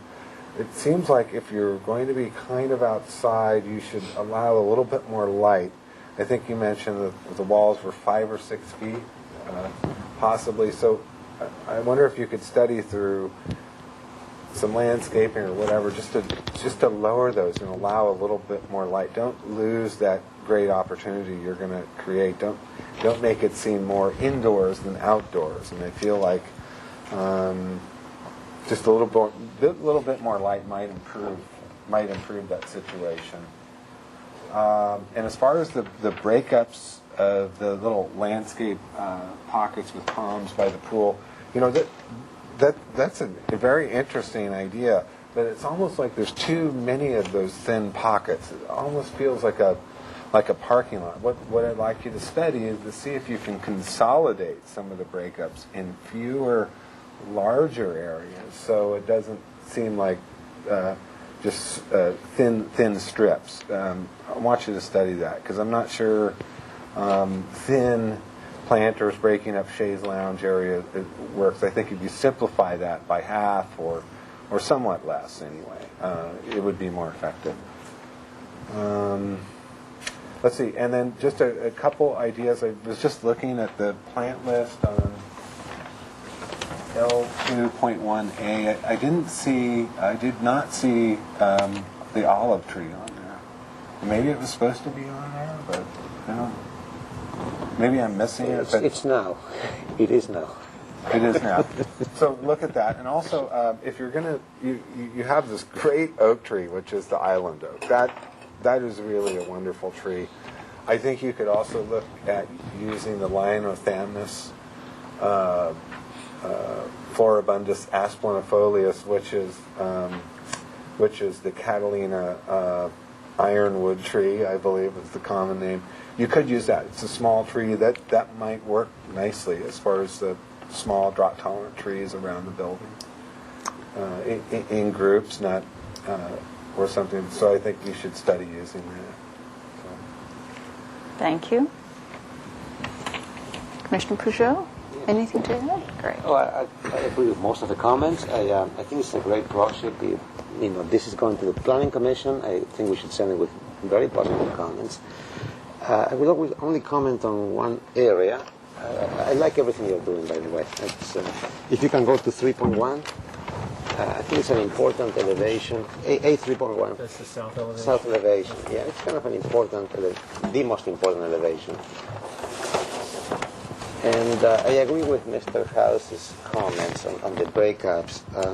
And I don't know what the solution is, but I mean, next time when you come back, I hope you can do some better breakups of this type of fenestration. And I don't have a solution. I don't have a, it just seems like, I know what you're working with, and maybe an idea is to break up the side elevations, to have this, repeat that on the side lights, on the smaller ones, maybe one across. I don't know, something reproducing more of that. Mm-hmm. I think we're talking. Do you have the one cross? Well, maybe something happens on the top, and then the bottom maybe should be different. I don't know what it is. I just know that it's not there, and it's a very important thing. I agree with your direction to get away from this 60s type of arch over arch. I mean, this is better, but the breakup of this, especially these lower things, I think needs to be worked out better. Thank you. Commissioner Curtis. Well, I think the project is in a very positive direction. I particularly appreciate the efforts that you're making to try to incorporate some of the original design intent of Goodhue into the south elevation. Since this is the only Goodhue building in Santa Barbara, it seems important to try to at least make the revisions consistent with his intent, even though this particular elevation has been substantially altered over the years. But to incorporate features that are in line with his original design intent for the elevation, I think is very good. Other than that, I do agree with many of the comments that have been stated, and again, using drought-tolerant trees in the area near the building, I think is important, and the olives in particular, I think, are a good choice for that area. Thank you. Madam Chair? Yes. If I could just weigh in on Commissioner Adams' comment on the curvilinear walkways.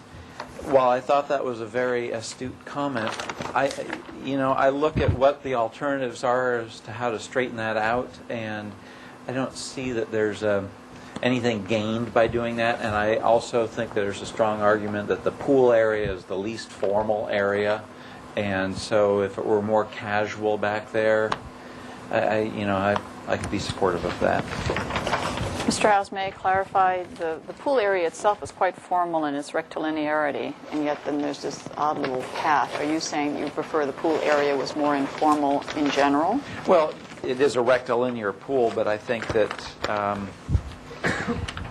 it was kind of a contrived formality with the trellis before, and I think considering if the pool pulled away from the building and there was more room for an axial arrangement of walkways, but I think that with the benefit of taking away that enclosed storage area, this just kind of seems like a good balance of all the elements, and it seemed to work for me. I mean, I didn't feel strongly that it should go to a more formal axial layout. Thank you. Madam Chair? Oh, yes, Commissioner Drury. Also, I think I'd be equal mind both ways. I do think that it all has to do with with the acquisition of as much space as possible in that area, so you don't have little walkways. Because I think one of the wonderful things about that opened up is that you get to see the architecture presented to you. And if it's constricted by too much planting or too many curves, I think that it would be a mistake. Thank you. And I'll just clarify my comment. I would just ask to, given the comments here, to really study it. I'm not saying it has to be all squared off. I'm saying somehow there should be some simpler, more direct approach that might improve it a little bit. Maybe a subtle change will make a big difference. So I'm not saying it's garbage or anything. I think it has merits. I think that word. So, but I just want you to study that whole experience. I think the ability to use the outdoors, except for the golf course, is limited, and you got obviously you're maximizing as much as possible that experience. And I think that pool is really really important. Though it might not be appreciated by everyone at the club. And anyway. Thank you. I'm going to summarize the comments, if I may, and please correct me if I have forgotten something you feel is important. We'd like to send you away with very positive comments to the Planning Commission. We feel that your design intent of incorporating not only the original design elements and intent of Bertram Goodhue's design, but also extrapolating within the site and the building what he might have done or what someone in his office may have done are a good direction.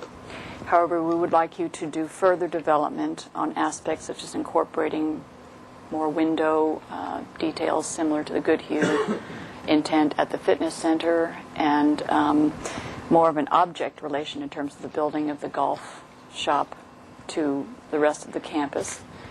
And we would like you to save the wood in the badminton building, if possible, to conserve it and salvage it in some way.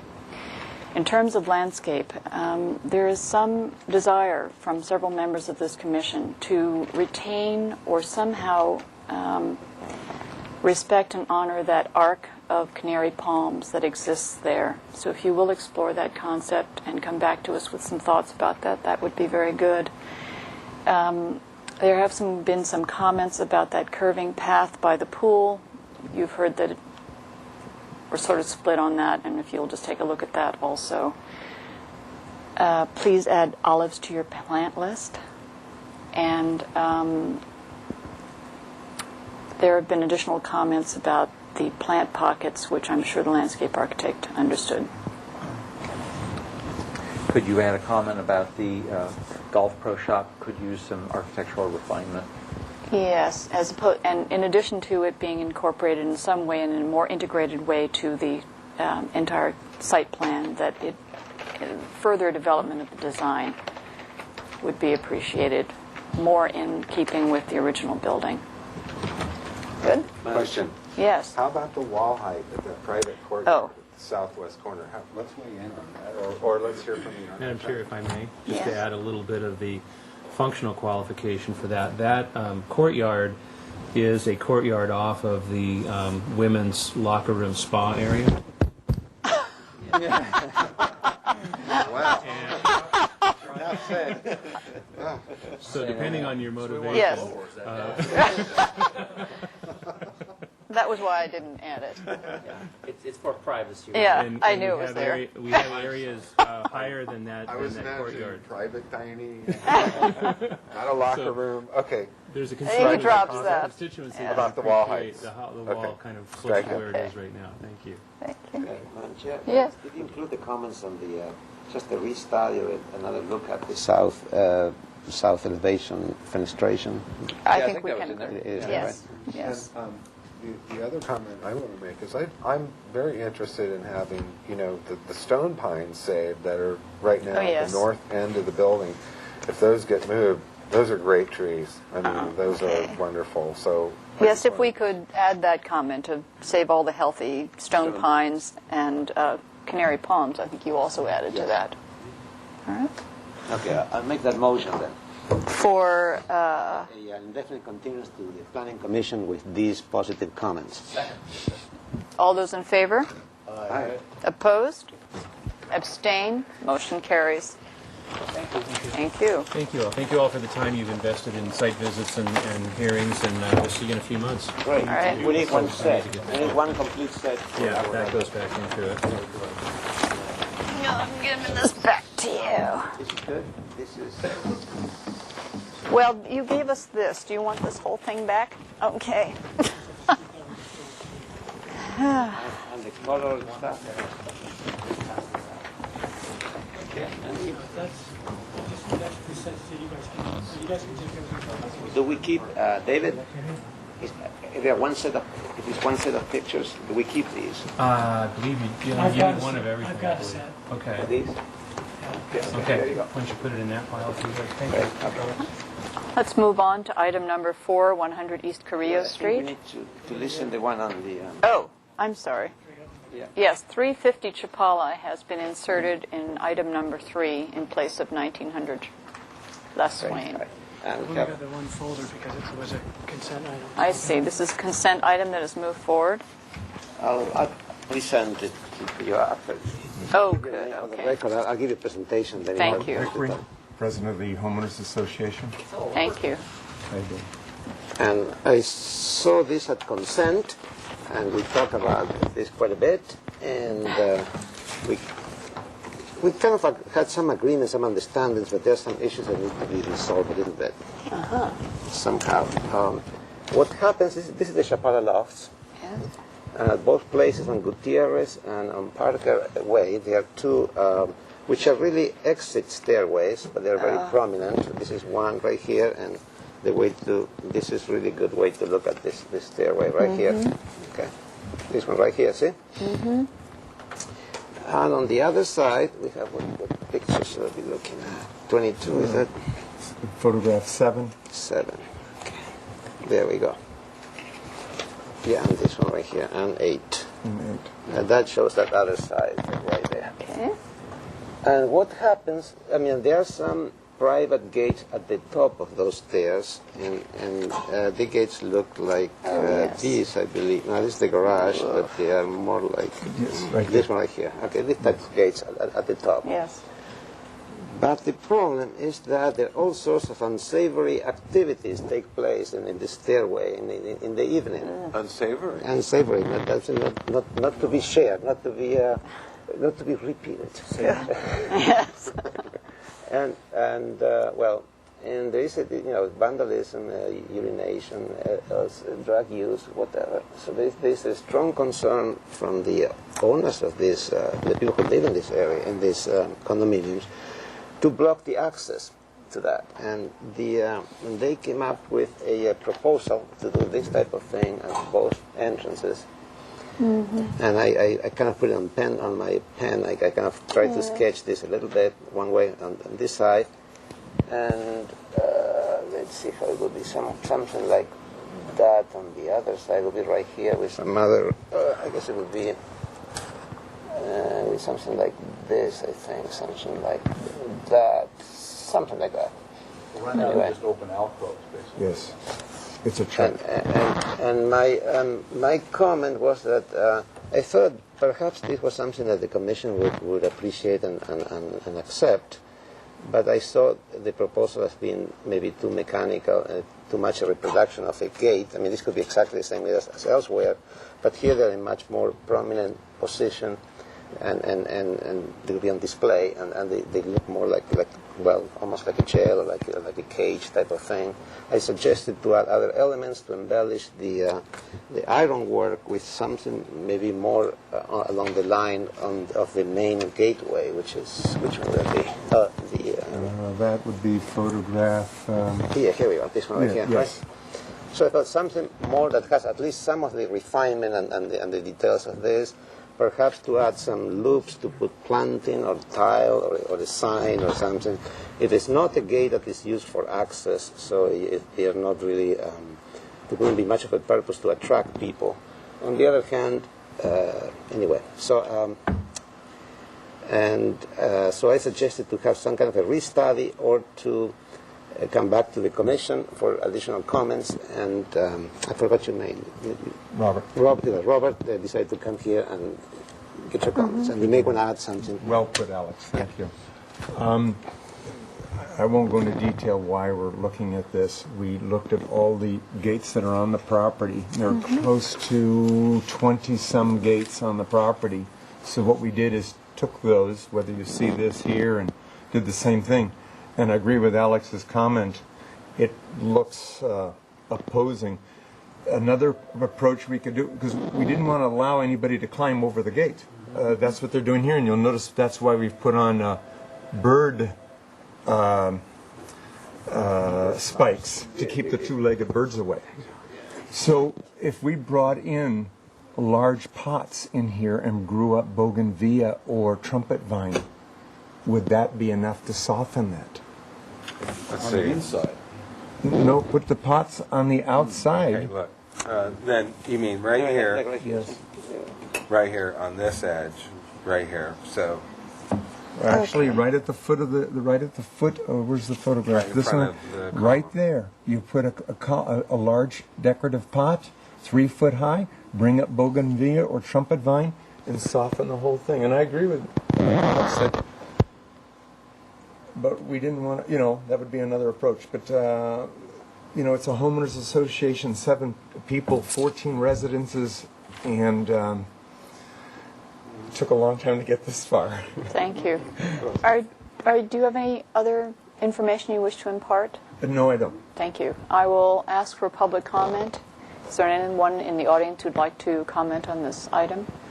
Seeing none, I'll close public comment. I'm coming to questions from the Commission, please. Yes. You are quick.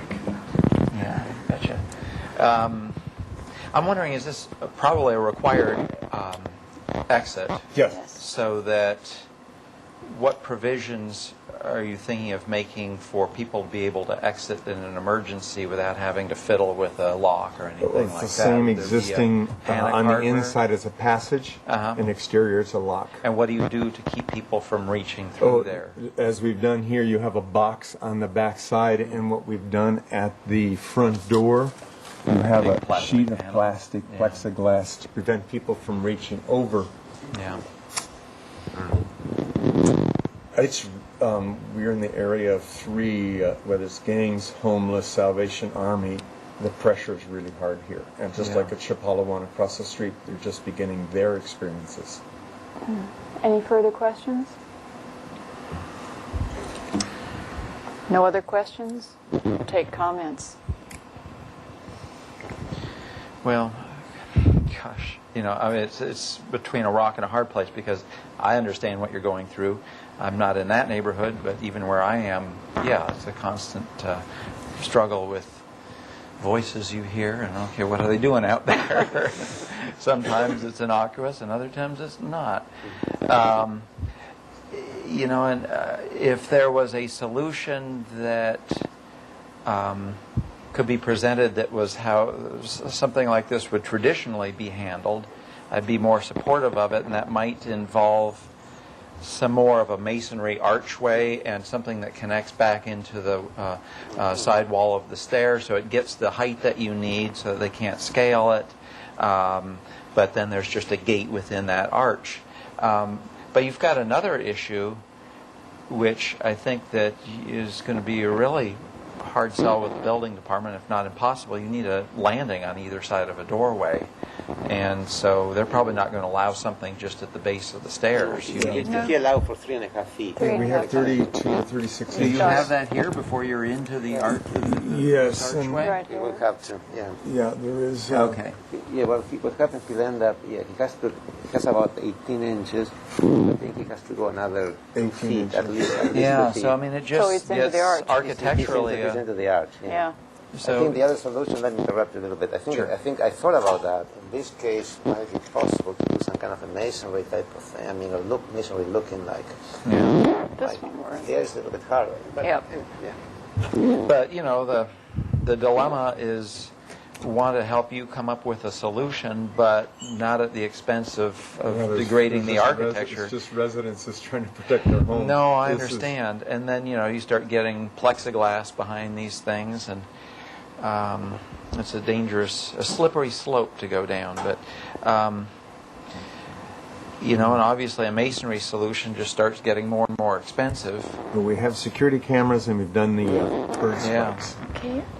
Mr. Baker, we're just going to take comments now, if that's all right. Thank you. I'm gonna weigh in here. I see that that's a problem, but seeing that the gates are transparent, you can still see the tile problem. I think maybe it is very possible that your detail for that gate somehow could be simplified. It looks overly wrought to me and not transparent enough. And I understand your problem. I live downtown, and I face some of the same issues that a lot of people face. But what I can't abide by is looking at a plexiglass guard cover over a lock. To me, that's completely unacceptable. On the exterior, and even on the interior, I question it. But this is a major stairway for this building. It helps liven this building up. So I don't mind the transparent bars. I just am anti-plexiglass. Thank you. Any further comments?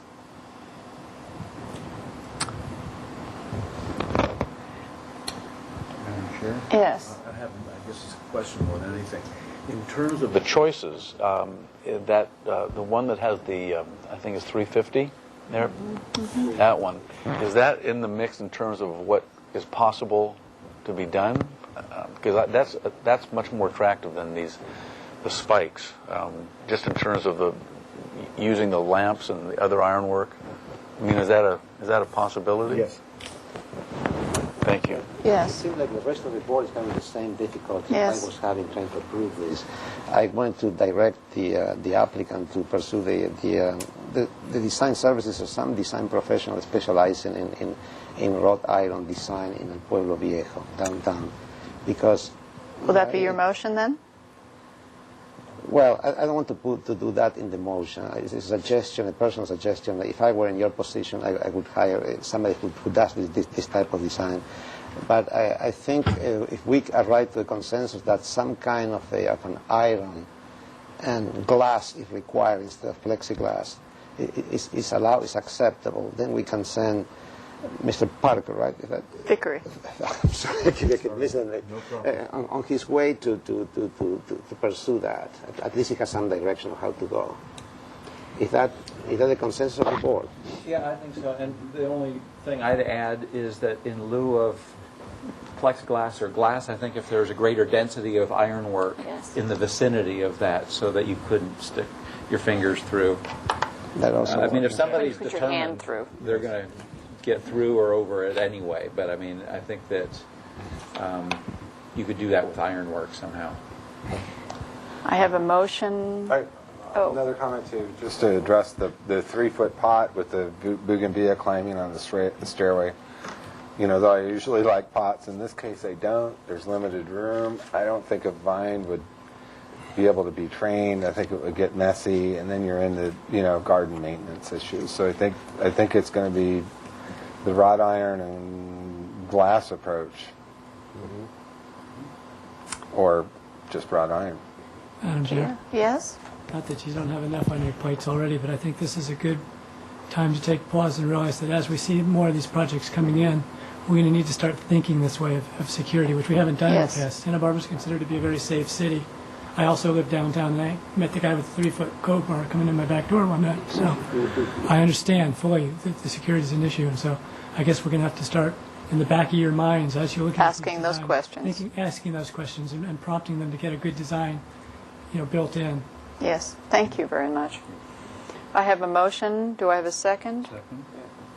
All those in favor? So the motion is to Continue? accept, to continue this. We could go to the consent calendar, I guess, for the applicant to pursue a solution based on wrought iron, but without plexiglass, and in a more elegant way than what's proposed now, more in the direction of the design of the main entry iron gate.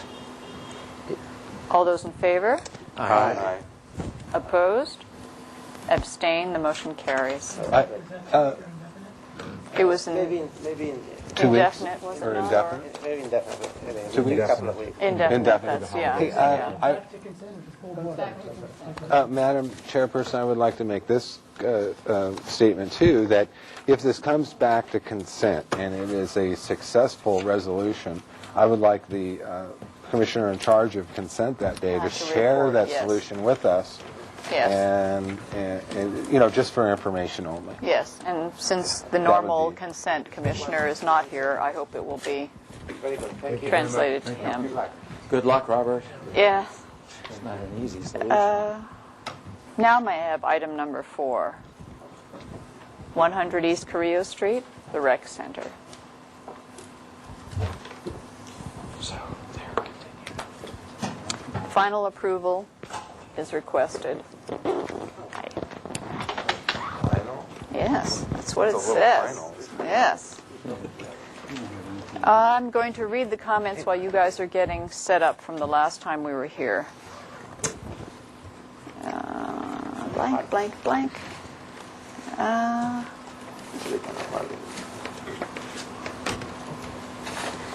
Preliminary approval and continued indefinitely with the following comments and conditions. The Commission greatly appreciates the intention and effort made towards the rehabilitation and restoration of the building for the community. Please provide a revised landscape plan to include maximizing the use of planting beds in front of the building where the vines are now planted.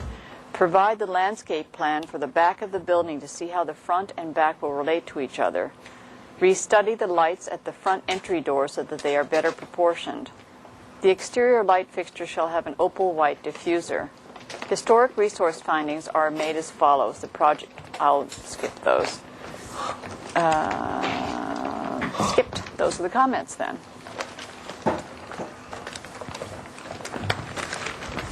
One, two, three.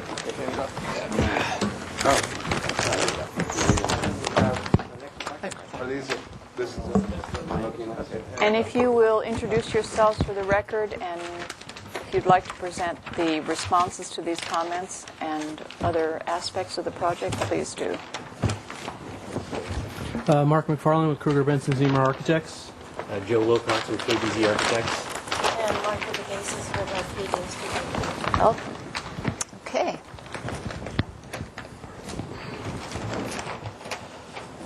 I'd like to first go over a couple of exterior items of the building that were added in consideration of the actual future construction and access to this building.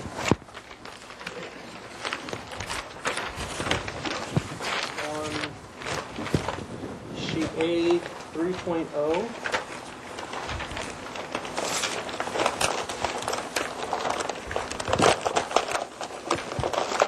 on the Anacapa Street elevation, an additional area of brick kind of centered along that wing of the building would be scheduled to be removed, salvaged, and that's for construction access purposes to the basement, primarily so that we can build the interior elevator for the project. The current basement has one narrow 3-foot wide access point now, and there would be no way to perform the work, so we propose this opening on Anacapa temporarily, with it to be built back, rebuilt, using the salvaged bricks to match existing when the interior major improvements are completed. Also, to reiterate, the elevator, you won't even know it's in the building. It doesn't penetrate the building envelope when it's all done, so that's a plus. So, how do you fix that brick? How do you make the brick? How do you make the brick? You say, yeah. Yeah.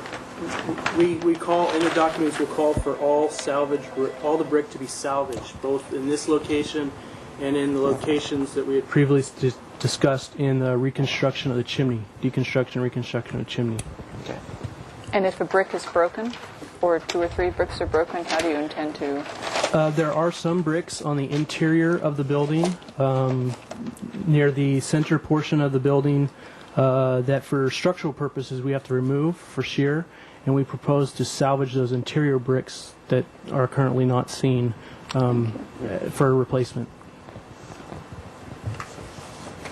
The other thing to note on this sheet is, as previously discussed and agreed upon, the existing vine is to be removed and abated, and no replacement vine is included in the scope of work.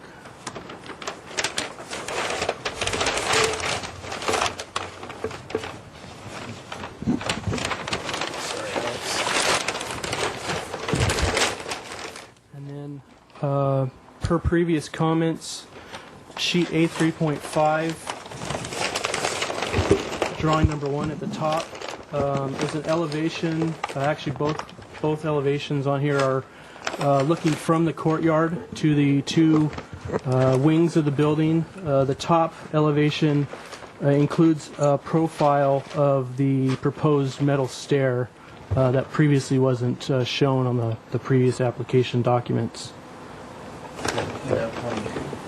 Correct. is that matching the existing stairs? Is that what it is? Yeah, it's a metal fire escape stair. The difference with this is there are pickets. The current one has just an open railing, which is non-compliant, so we're proposing to add pickets. The existing to remain currently has pickets. And you don't have to upgrade that one to meet No. code?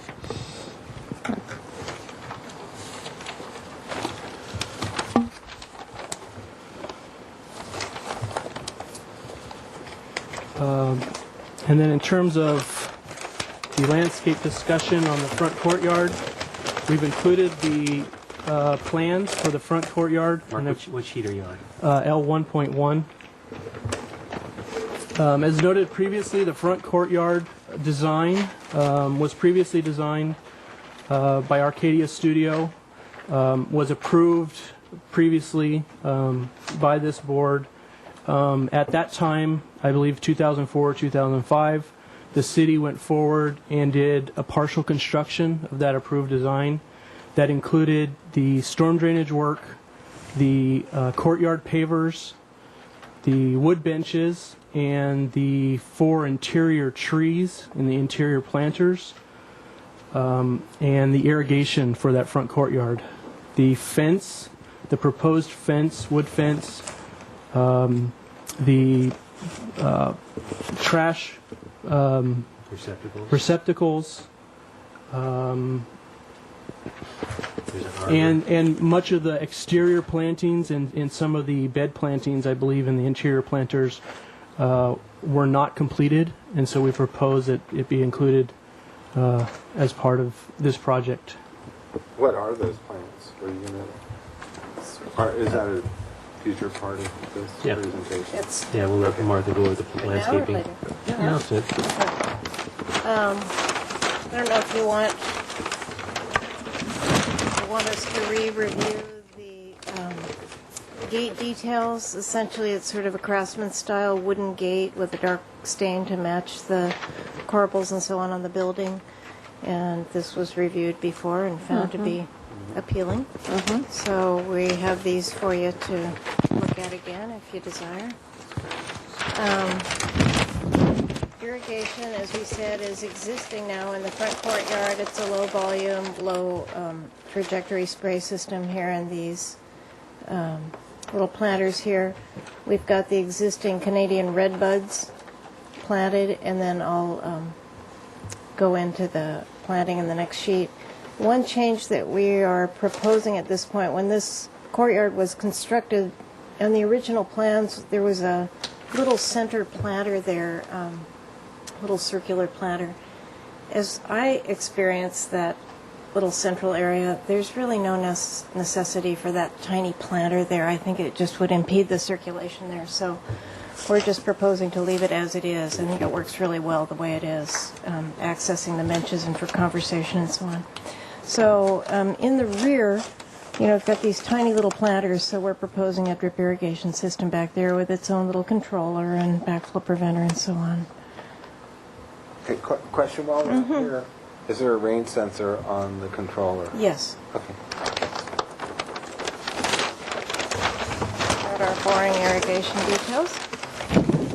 So the planting... Crunch. Yeah. The planting in the, just ink on paper. The planting in the front. I'll start at the corner of Anacapa and Cabrillo. We've got Laura petalum, or Chinese fringe flower, in the white version, and against the building, a white sun camellia, and some cordyline australis in the bronze color, which is similar here.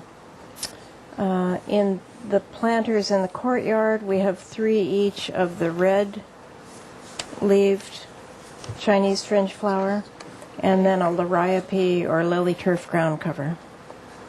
It's just a plain green strappy thing. We've got a couple of these cordyline or bronze dracaena in the corners. And then we've got boxwood edging around the perimeter of the courtyard, and then a little ground cover of flowering, that's not it, a little flowering geranium, hardy geranium. So it's simple, but it has sort of a cottage effect. A little floral interest, but mostly sculptural plants. In the rear, what we're proposing, we have 2 little planters flanking the brick patio here, and so I'm proposing a dwarf magnolia, which is called Magnolia Little Gem. Little picture there. And then again, kind of a repeat of the landscaping out here. We've got a camellia in this corner, again, very limited plantings. Some bird of paradise flanking those magnolias. And then just some herbaceous planting on the perimeter edges. We've got some Dianella, which is a Australian kind of strap leaf plant, very durable, will tolerate the shade and so on. There's also a little bit of it out in the front courtyard, so we're trying to mirror what we have out in front. And then we've got some cordyline stricta. Don't have a picture of that, but it's just sort of tropical looking, but it's similar to this one, broader Same leaf, form. yeah, with a little stripe to the leaf. It's not going to get too big. No, yeah, these varieties. Correct, yeah. The cordyline stricta is just sort of almost a bamboo-like quality or a corn plant kind of quality to it. So simple, again, accent on foliage, sculpture effect, and a little bit of flower color with the birds of paradise and the one camellia plant. May I ask a question? Well, let me ask if the applicant is still, yes, I would like the applicant to finish. The last comments I would have is the back patio in its current form is the property line that is shared with the Libero building, kind of runs right down the middle. And the city, as a part of this project, is in informal discussions with the Libero property owner to see if they would allow the brick pavers to go all the way across to the back patio to make it one uniform space as it kind of was always intended to be. Great. And then you also comment on the light fixture. We bought a beautiful light fixture to look at for the front of the building. That's the little one, right? Yeah. Looks a little large away from the building. Yeah. Awfully light, or are you really strong? So this is the fixture that goes over the main entry door to the rec center. The ones that flank the ballroom entrance is similar, just a little bit larger in scale, with the same opal lens. Thank you. Anything else? I got it. I have a question on that. Oh, well. Yes, same finish. Yeah. I have a question on the light. All right. Is that the finish of the light? I mean, is that the way they are, or all of them, or do they come in any other options? Let me just put it that way. No, I believe that is the finish of the only finish. Well, it has other colored finishes, polymer type finishes, but nothing that's kind of metallic in nature. There's probably a black and maybe some other things. But It seems like an off black. I don't know what the other color scheme is, but the brown kind of throws me off a little bit. And I'm not sure how the rest of the board feels. Didn't we see pictures last time of what was originally on the building? And this is fairly close. This is very close, yes. Okay. Yeah, Don Sophia came to the last meeting with all the color boards, Yes. if you recall. I wasn't here. Yeah. But, And what would that be lamped with? you got a cut sheet? Because I see you don't have an electrical plan in here, so we need some kind of cut sheet that demonstrates what the lamp is. I believe as part of the package that you received, and I have a copy here. Let me pull it out. Yeah. There you go. The finish is a dark bronze, so it'd be similar to that. And both of them would be a compact fluorescent fixture. And just out of curiosity, actually this probably answers it. 27, 29, 39. Yes. Where is that building? So the smaller fixtures get the larger lamp? Is that what your intention, or is that a mistake? No, that was the intention. Because that fixture is actually up higher and needed to provide a little bit more light as an individual fixture to that main entry door. Do these show on the elevations? Yes, they do. I think it's A3.4, I believe.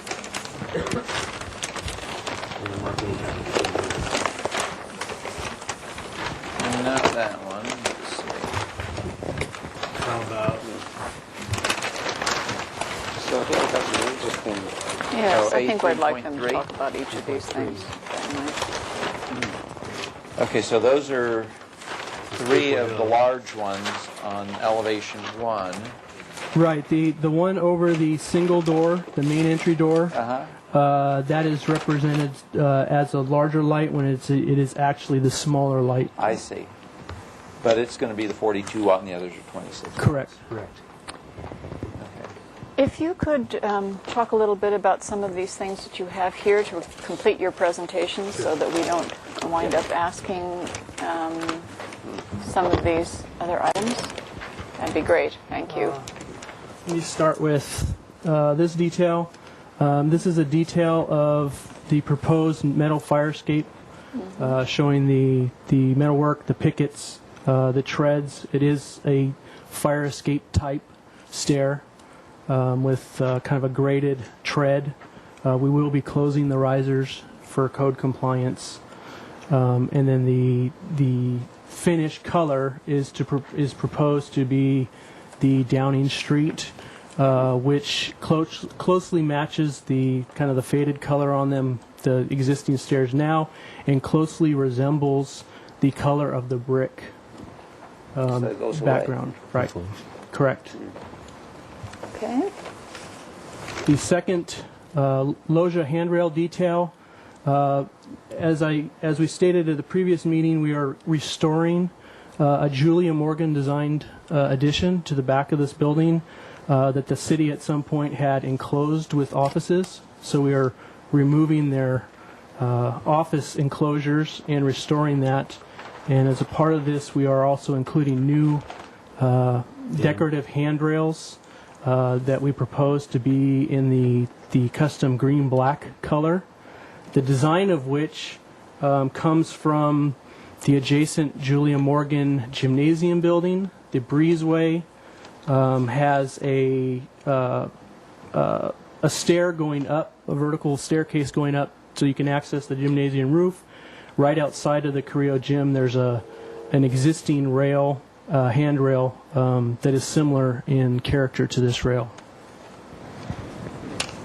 Would you like to talk about the receptacles? The receptacles, it would be two recycle receptacles and one trash. It would be in the Malaga green, and I believe it is similar to other receptacles throughout the city. And how about this light fixture? On either side of each of the front courtyard gates, down low for path lighting, they're proposed these low voltage path lights at those gates. It would be the kind of a patina bronze or copper finish, and they're fairly small, so they won't be too conspicuous. And so they would be not blue, but Copper color. Kind of, yeah, copper or brass type, yes. And would you talk about this, please? And then also to note that we noted last time is the two side wings of the building, the two main wings of the building are going to get totally re-roofed. We're salvaging the tiles. The flat portions of the roof do have some sheet metal ventilation structures that we propose to save and repaint, and the flat roof portion to be a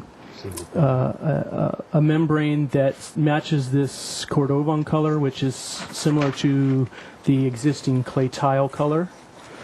And then the color right below that is the proposed stain color for the front courtyard fence and gate work.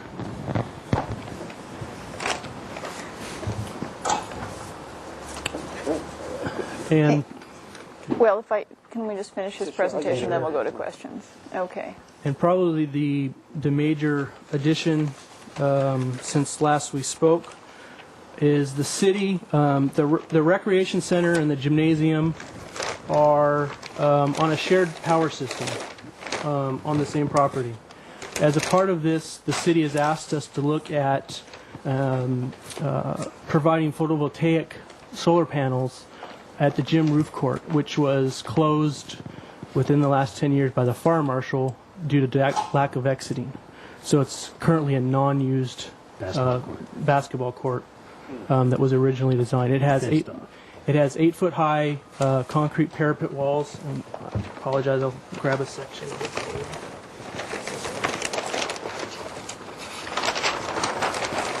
Sheet A 3.8 is a section through that. It has 8-foot high concrete parapet walls with plaster finish and a 12-foot high chain link. It's more like a chicken wire fencing that is in very poor condition, and its purpose was to catch errant basketballs when it was used as a basketball court. As part of this project, they've asked us to re-roof this with a membrane that we propose to be kind of a light tan color, similar in color to the building, and to install rack-mounted photovoltaics to provide some power for the facilities. That was that photograph we just had out, Yes. correct? Are you removing the fence? We do propose to remove it for 2 reasons. It does provide some shading for the proposed panels. Their efficiency will go down. But probably the more important reason is it's in a very deteriorated state. We see signs that where it penetrates the top of the parapet cap, that it is allowing water to enter the building. And there's signs on the face of the parapet, and the site itself has said that they have several interior leaks, and we believe that this is the source of those leaks. So we do propose to remove it. I don't think. I think it's a historic feature that needs to remain in the building. Can we just leave the posts and take off the chicken wire? I think he needs sugar or something. So are you done with your presentation? Yes, thank you. If so, okay, I'd like to open public comment on this, if I may. Is there anyone here to speak about this? If not, I will close public comment. Now I'll have, if there are any further questions for this. Good. I just wanted to ask a question about the landscaping. I'm assuming that all the plants that were proposed are rather modest in stature. They're not going to be. They're not going to block the facade of the building as you're coming down Anacapa Street. They're meant to augment the architecture, I'm assuming, not to block it. Correct. There's no plant over probably 3 feet. Thank you. Any further questions? Yeah, Madam Chair. Yes. You said that there was some interior brick you were going to remove to use to augment the replacement of what you're doing on the outside. So does that show on the first floor demolition plan?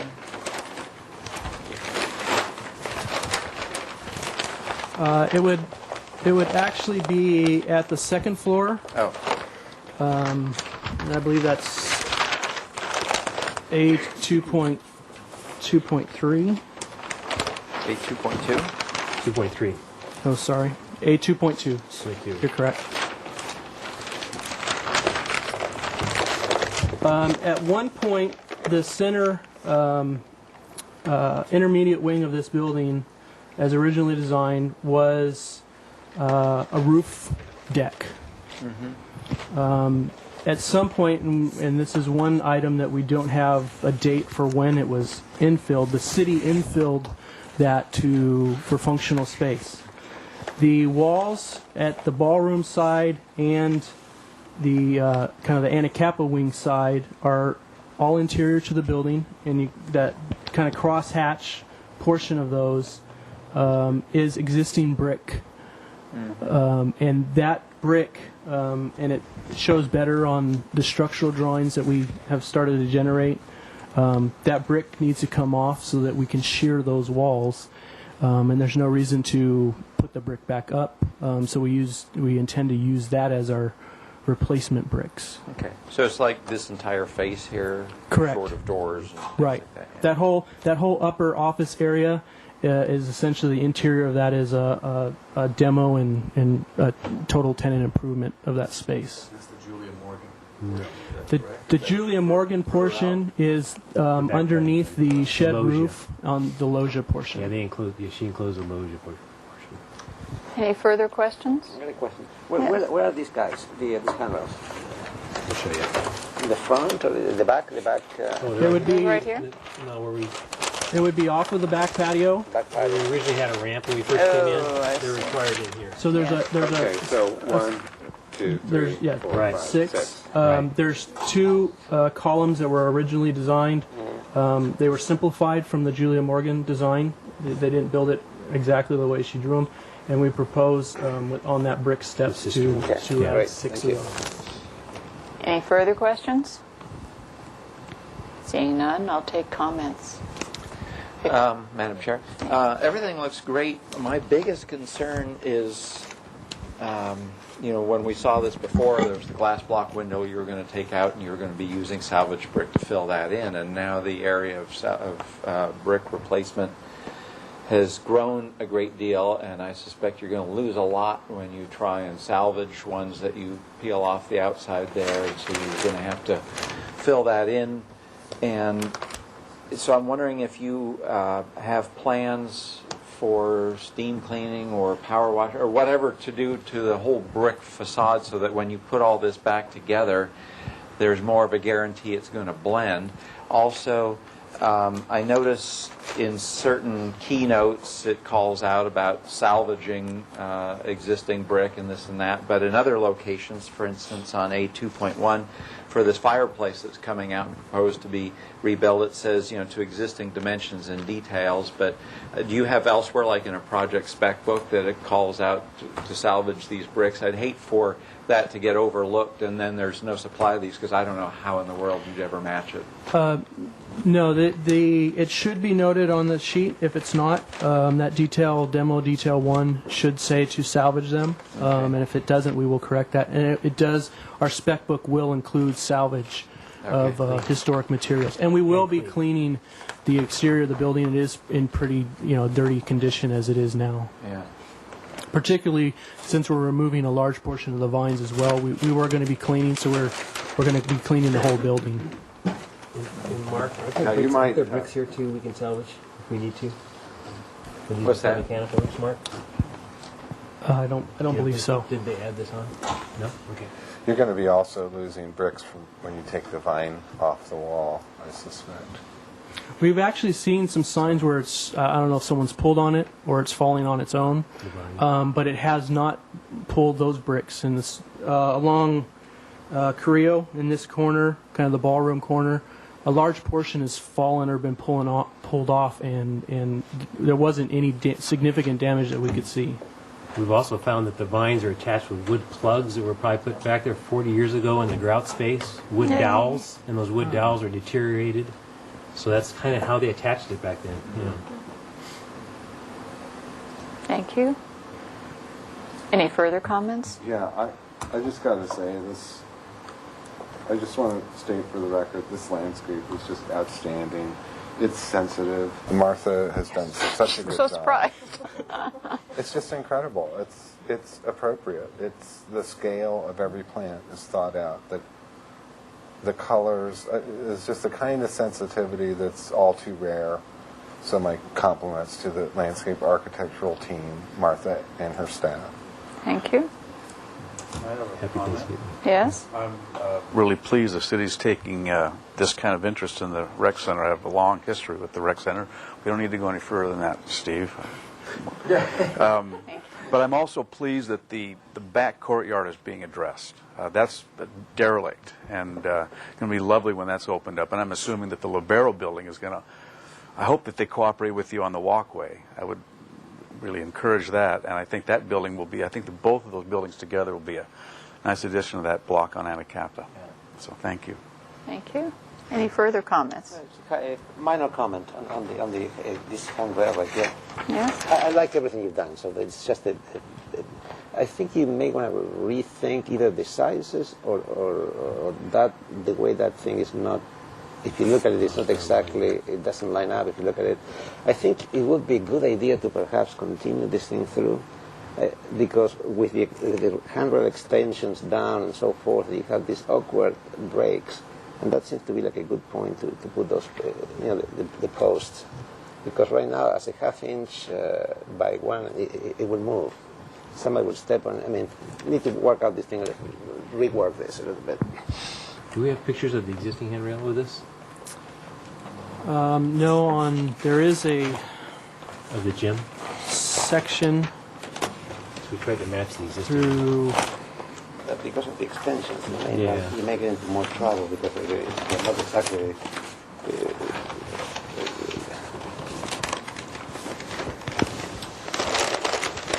It's all right. We can study that. Oh, perhaps Mr. Jacobus has something. There, it's not, no, that I can't was be thinking it. about the existing one at the gym that you copied. No. Because we copied the one at the gym that she did. I mean, we've done lots of ornamental handrails at While you're Santa here, Barbara I'm High, going Santa to, Barbara Junior High. So. I'm going to give you these back And this, too. and also termination. I'm not sure if you expect like the. This has to be flare at the end. Otherwise, you can have the machine turned. The little curly key right up here. Okay. Drawing 2 Yeah. on A3.4. That is the existing handrail that's kind of in the breezeway. With the door in the back is one of the auxiliary exit doors to the ballroom. But you're not going to have pickets on this. I mean, this has pickets and Yes, that holds that's it the together. difference, yes. Plus, it doesn't have the extension, the handrail Right. extension, which creates this problem. So that's why I'm saying, like, maybe if you just extend those down, it'll be done. Anyway, just a suggestion. Okay. Thank you. I will summarize the comments and then I'll look for a motion. We wish to commend the city and this firm for doing this project and for doing such a good job, and both in terms of the building as well as the landscape design. There is concern, and we hope you will ensure that areas requiring salvage brick will be adequately supplied with brick, so that your drawings will reflect both in the specs and the drawings salvaging of the bricks, and that when eventual reintegration occurs, that it will be done in such a way that it's not markedly in contrast. There's a suggestion, and I know you will do that, to revisit your loggia handrail detail to be more in keeping with the existing breezeway detail. The suggestion is to extend the pickets down to integrate it more. I'm looking for a approval. Would you, Look no further, I'll make that one. I'll second. all those in favor? Aye. Opposed? Abstained? That motion carries. Thank you.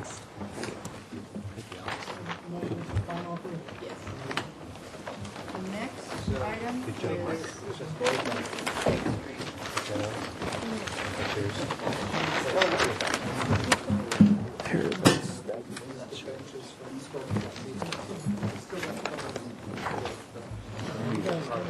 This explains how long the final approval is good. Okay, great. Thank you. You made it? I did? Yes, you did. I am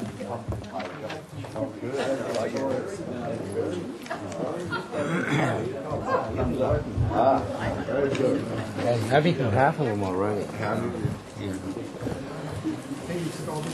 I took all the good ones, I know, before you guys do. These are handmade.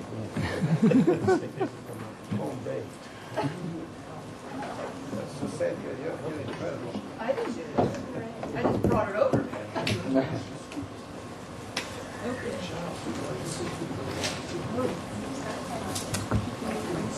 I'm going to need those plans. Oh, I'm sorry. I have already had them. Oh. Thank you. Yes, tomorrow. Yeah, we're going to. These are just supplemental. While we're waiting, I'm going to read the comments. Continued 2 weeks with the following comments. The proposed poplar trees are supportable as long as the applicant is aware of their functional requirements of a deep root barrier. It was suggested that an evergreen be placed in the back. It was recommended that the width for the parking spaces be 11 feet.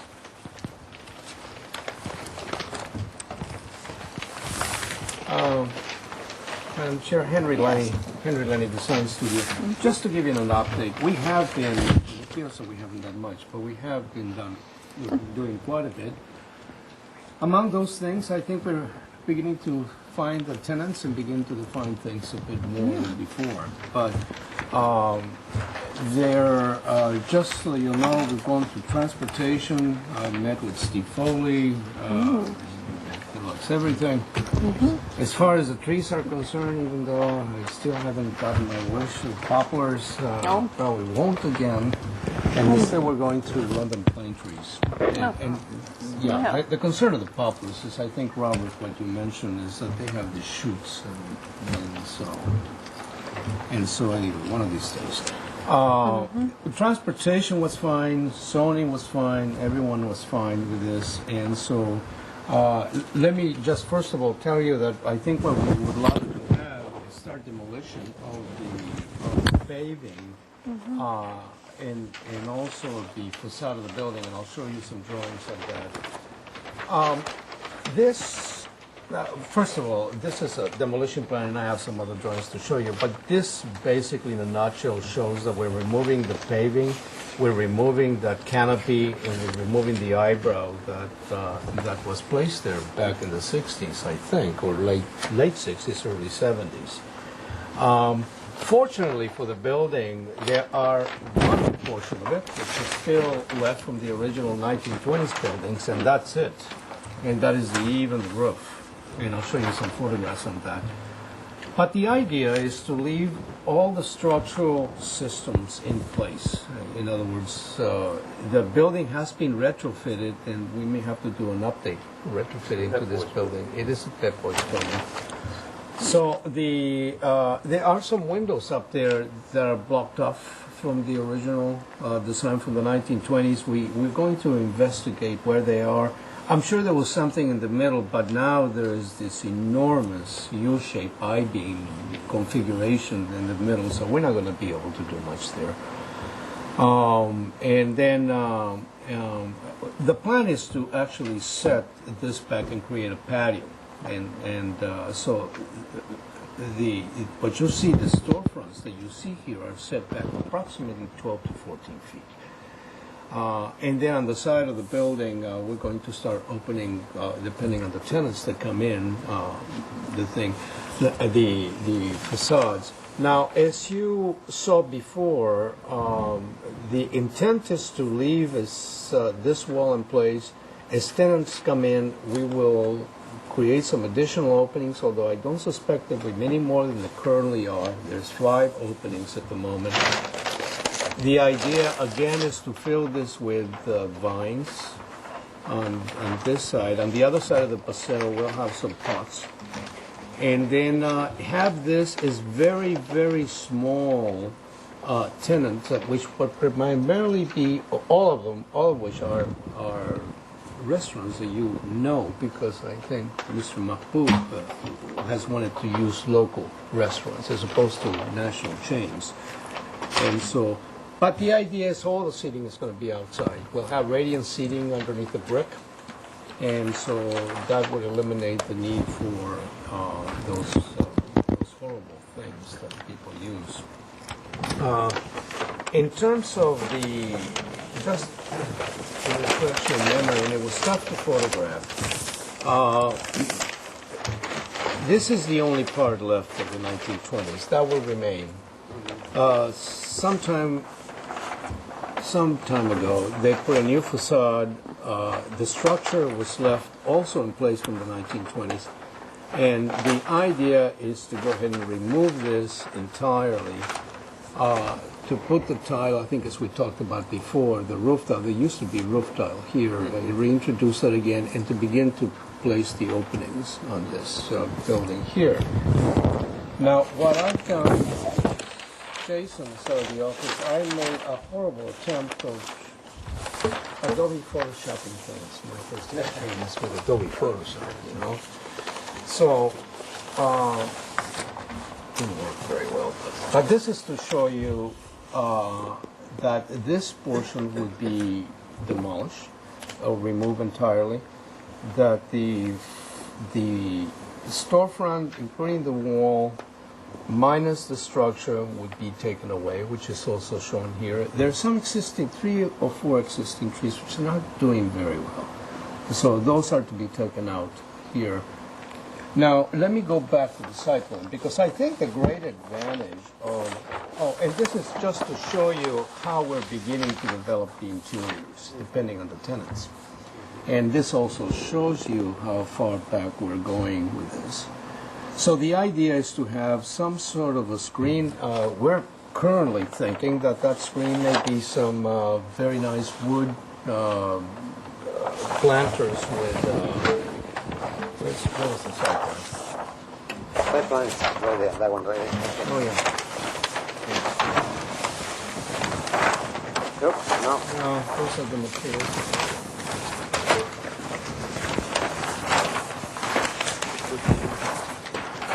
The idea here is to use some sort of a wood planters with some hedges, very low hedges, or something. We are going to need something there to define that. In terms of the site plan, yeah, one of the reasons is because this whole thing is going to evolve continuously. We found that the greatest flexibility provided for any kind of utility work is to put the brick on sand. We actually met with the building department, we met with the fire department, all in one meeting, and they said, well, just as long as you know that we need to bring our trucks in and to compact the ground enough to carry, they were fine with it. Steve Foley agreed that these have to be 12 feet given the trees where they are. And so I will be providing him with the dimension drawings the next time. And next time we come, in 2 weeks when we come before you, we'll be done with the construction documents. But what we wanted today is just simply the demolition plan to take care of, to start this, and then next week we'll come and maybe get a final approval on the brick parking or plaza. So that's where we are. May I just ask the staff if this is, I'm not sure we've done this before, where we haven't got a fully conceptual approval and we've approved a demolition plan. Do we need to approve a demolition plan? I'm sorry. I don't realize that you've done that either. I can't remember any times that happened. Just three, I thought we needed some clearance from the other. But well, the only problem with that is we've got the scenario of the hotel on, the Correct. main entrance to the city that's sat with a big hole in the ground for many years. So Yes. I think that planning department would be a little gun shy, pardon my pun, in issuing a demo plan before we have a project. Right. Some sort of assurance that a project will actually happen. No, but the intent is to come at the next meeting and get final approval. Well, then we can get. But we haven't given you conceptual approval yet, much still- less. Yeah, I think you. No, we are on our third concept review. Yes, before we can give you a demolition. Okay, well, we're hoping we can get started on the demolition because that's going to take a while. I think, unless I'm wrong, staff can correct me, that we need to give you a preliminary approval minimum before we can give you approval for a demolition plan. That seems procedurally to be. I don't think unless it's historic, we'd give it an approval for demolition. I mean, I could understand why the building department would. I don't know what's going on. It just doesn't seem. Seems unusual. I thought, Just site work. I thought we had to just have final, and then the demolition permit could be issued, because then by final we see all the details come together. We know what we've got, exactly.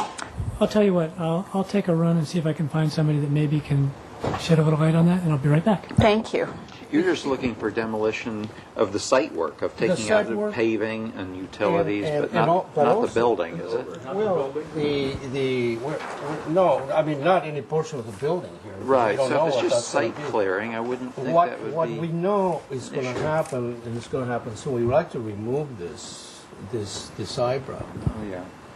And there's going to be some plywood placed there, with the idea is that in 2 weeks, we already have a tenant that, in fact, I'm supposed to be meeting with as we speak. This tenant here, if you look at the elevation, that is going to go ahead and proceed forward. Now, the difficulty, this whole building is going to go on phases. As the tenants come, we'll have to come. However, what we realize is that this tenant is going to have to accept what this tenant is going to get. This tenant is already likes what he sees here, and even though the other tenant is not quite committed, because of the symmetry of the building, I think we're just going to have to say you have to take this same thing. It can't be any different. This is all one building. Now, as far as anything here, that we're not going to touch anything on this side. Well, Henry, if you're going to be here in 2 weeks with almost final drawings, then why couldn't you ask for the demolition permit then? Final drawings for the one tenant. For the one tenant and also for the parking. So the thought was, because of the leasing sort of thing, what we wanted to do is to get the parking lot fully completed. And the facade with all the construction documents practically completed. The moment you give us final approval, if everything is correct, we would have had the canopy and all these things out of the way, you see. Because then that would delay us probably another 2 weeks to a month, and we're trying to get as much done before the holidays, basically. Did I miss a review on this? Have you been here with that State Street elevation before? It was different, I think. This is... No, we have not seen that. Oh, no, I think you're right. I think you've seen Yeah, this. I remember seeing that. This is Okay. new. So we haven't even weighed in with any comments on that. Right. But I certainly agree that an entire building facade should be reviewed and approved and not tenant by tenant or something. Correct. Well, why don't we have questions then while we're waiting for Jake? And Mr. Here Lima. comes the authority. Yes. An answer. Okay. As explained by Mr. Jacobus, normally demolition permits are not issued until an approval is received. Typically, it has to be a need or an emergency to arise to have you want to do the demolition. So there's also an appeal issue, and we're not comfortable approving a demolition on a project that has not gotten an approval and the appeal period has not been exhausted. So in the short, you have to come up with the extenuating circumstances to, want the demolition to go forward. Well, we're just looking for a strategy. I think what we're talking about, because one tenant is committed, and this is the tenant here. It's dealing with the building, not the paving. Well, here's the thing. As far as the architecture is concerned, we're prepared to come with final drawings only on this facade of the building, because we know for sure that if this tenant is going to be here, that the next tenant, even though it's not fully committed, has got to accept basically the same design, because we can't split designs because the building is symmetrical, you see. So what I'm saying is that once the next time we come, we'll come with final drawings for this facade only of the building.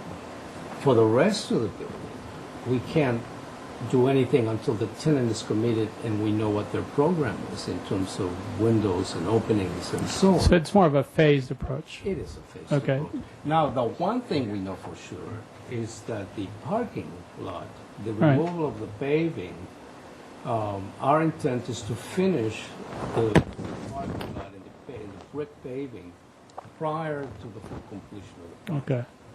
Well, I don't recollect having the remodel of the building having been discussed previously. Was that placed on the agenda correctly? Only portionally, the rear part of it. Was it on the agenda?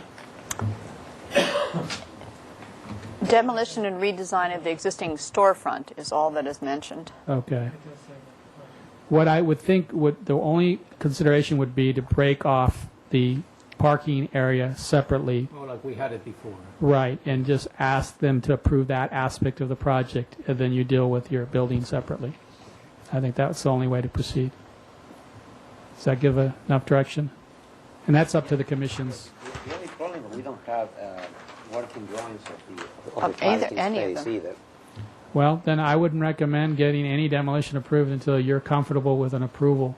A preliminary approval or final approval? That would be my recommendation. Those are the Preliminary. appealable decisions. Okay. So minimally Our normal preliminary. process is final, but you'd have to get a good reason why, minor detail has to be ironed out, and they could proceed on that basis. Thank you. It seems like we need some drawings of the parking lot. If you want to split it, I think it's probably possible, but because this will take longer. Can I? Are we at comment period? Well, Laura, let's say we're done with the applicant presentation, and then are we done? Any further questions? I have questions. Okay, good. In the floor plan, in the elevation, it shows that this arcade is open on this side. In the floor plan, it's not. You intend to open it on this side as well? And what happens here? Not on this side because it's another building. There's another building right there. And this, like right here? That is correct. Okay. In this drawing, okay. I think the floor plan that I showed you clearly shows what's going on. This is the opening. That would be this open. This would be open. Yeah. And then this is the existing structural system, as you can see. Okay, thank you. Any further questions? None? I'll take comments then. Mr. Adams, I think you wanted to start. Well, here's the thing, on the parking lot, it's just, we need more detail, like a planting plan and specific trees chosen and brick pattern and, all that good stuff. I don't know, I think I've just given you some direction as far as moving that forward. And then I wanted to make a comment on the wooden planters. Sometimes wood can rot with moisture. Have you looked at the Canary Hotel planters yet? They're cast iron. Cast iron. Steel. Sheet steel. But, it's a good idea, but sometimes wood can rot on wooden planters, so sometimes we like to see masonry, or if they have to be flexible, that Canary Hotel is a good idea. You might want to look at that. So, in some configuration. And then the other thing I would say is we probably want to start vines and trees as early as possible. Just a general piece of advice on things, because everything is way smaller than you want. And things, look better, obviously, the larger they are. So there's just some direction there. I think the trees that we thought, how big? 12 to 14. 12 to 14 feet to start off with. 12 to 14 feet. There's sycamore. Yeah, I haven't really seen the plan yeah. list, so that's information. Well, that's what Henry and I were discussing. Yeah, that's fine, as you finalize those things. Yeah, and the London plane tree is great, and I've planted poplars in small spaces, and I've learned so about the roots. Further comments? Madam Chair? Yes. Henry, when you come back with the parking lot, presumably you're going to have some lighting in that parking lot, so try and think about that. And hopefully not. I mean, it would seem beneficial for restaurants to have the feeling that it's secure and well lit, and I would think that there'd be an opportunity, a creative opportunity here to integrate lighting with the trees and make it a really special place that draws you in. Let me tell you, that's exactly what we were thinking. The last thing we wanted to have is light poles in here. Yeah. So something to think about and try and get on those next plans. But with string lights, remember you approved them for the Fist Parkers? Did we? Yeah.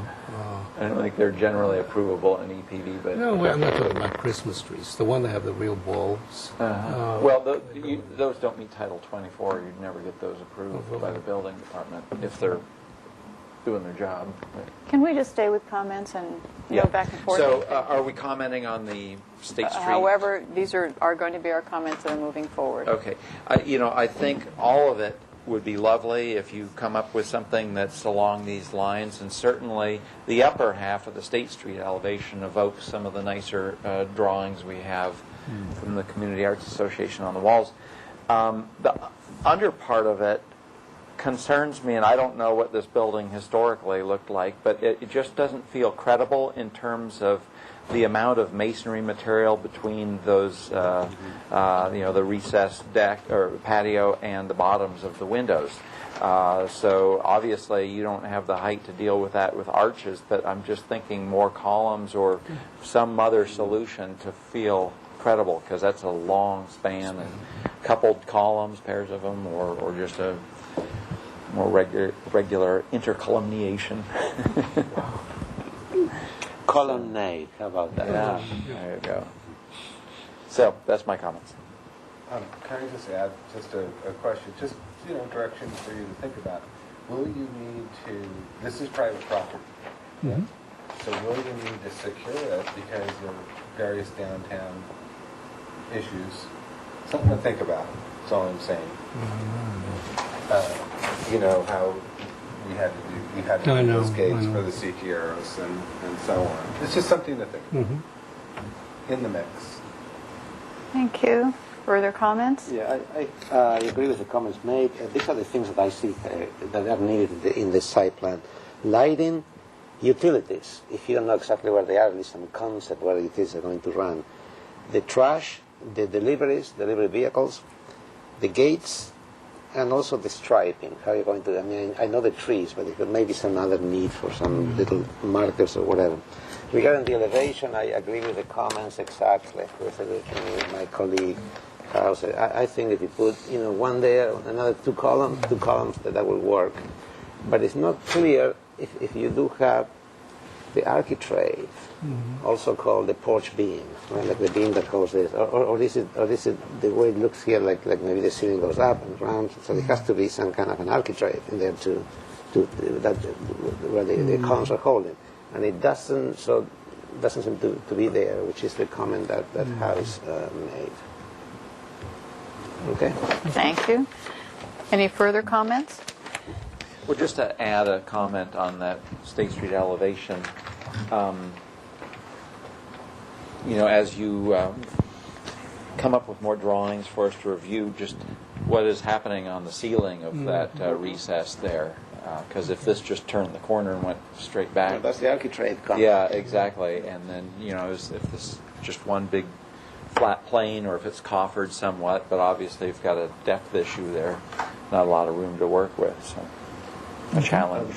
I want to add just another comment, and I'm giving you lots of little stuff, but as you think about radiant heating coming through brick, you want to make sure that's, well back of the planter you're putting a plant into, because it could heat the plant roots. So. Not in front. I think we're talking about the rear. This whole area. Oh, I see. Okay, very good. Thank you. So since you brought up radiant heating, that certainly brings up that it might be an objective of restaurant tenants here to want outdoor heaters, and I think there's just not going to be a possibility of shielding them effectively, considering the... Yeah. So in other words, you're saying maybe we should look at radiant heating there as well. Well, no, I don't know how you would conceal it or shield it. And No, I mean under. Oh, you mean a floor heat floor, or something? Yeah, I suppose if you can do that. It doesn't quite work so well. It works. I don't know how. Well, they had this in the Buenos Aires Cafe. That they had the whole thing is radiant heating, and you can see how they have the other ones around because it doesn't do it. Which cafe? Buenos Aires. Keeps your feet warm, but as long as there's any breeze, the top of you is good. I saw a system in New York, brick, that was 40 degrees outside, and it was 68 degrees out. Wow. I'm going to really summarize the comments, and I'm sure you've heard all of them, and that is, please come back with a functional development of the parking lot, and we've listed the aspects that we'll be looking for, including the lighting, utilities, trash, gates, striping, and gates. And there have been suggestions made regarding the landscaping with regard to wooden planters versus other suggestions, and when you want to start your planting. With regard to the State Street elevation, there seems to be most concern about the lower story and how you have proportioned it and detailed it, and I'm sure you will investigate that further. So would you like a 2-week? So moved. Second. All those in favor? Aye. Opposed? Motion carries. Thank you very much. Thank you. Is there another item or what? Yes. Yes, we're practically on time. Excellent, man. Unbelievable. Item 7, 732 State Street. Come on up. Yes, yes. Thank you. I'll switch that out for you. I'm going to read the motion while you're getting ready. Continued 2 weeks with the following comments. The window trim is acceptable as presented. The awning color is acceptable as presented. The door color should be off black. The color of the plaster under the seal should match the building color. The detail of the brackets should be more traditional and reduce the height of the valance to 8 inches.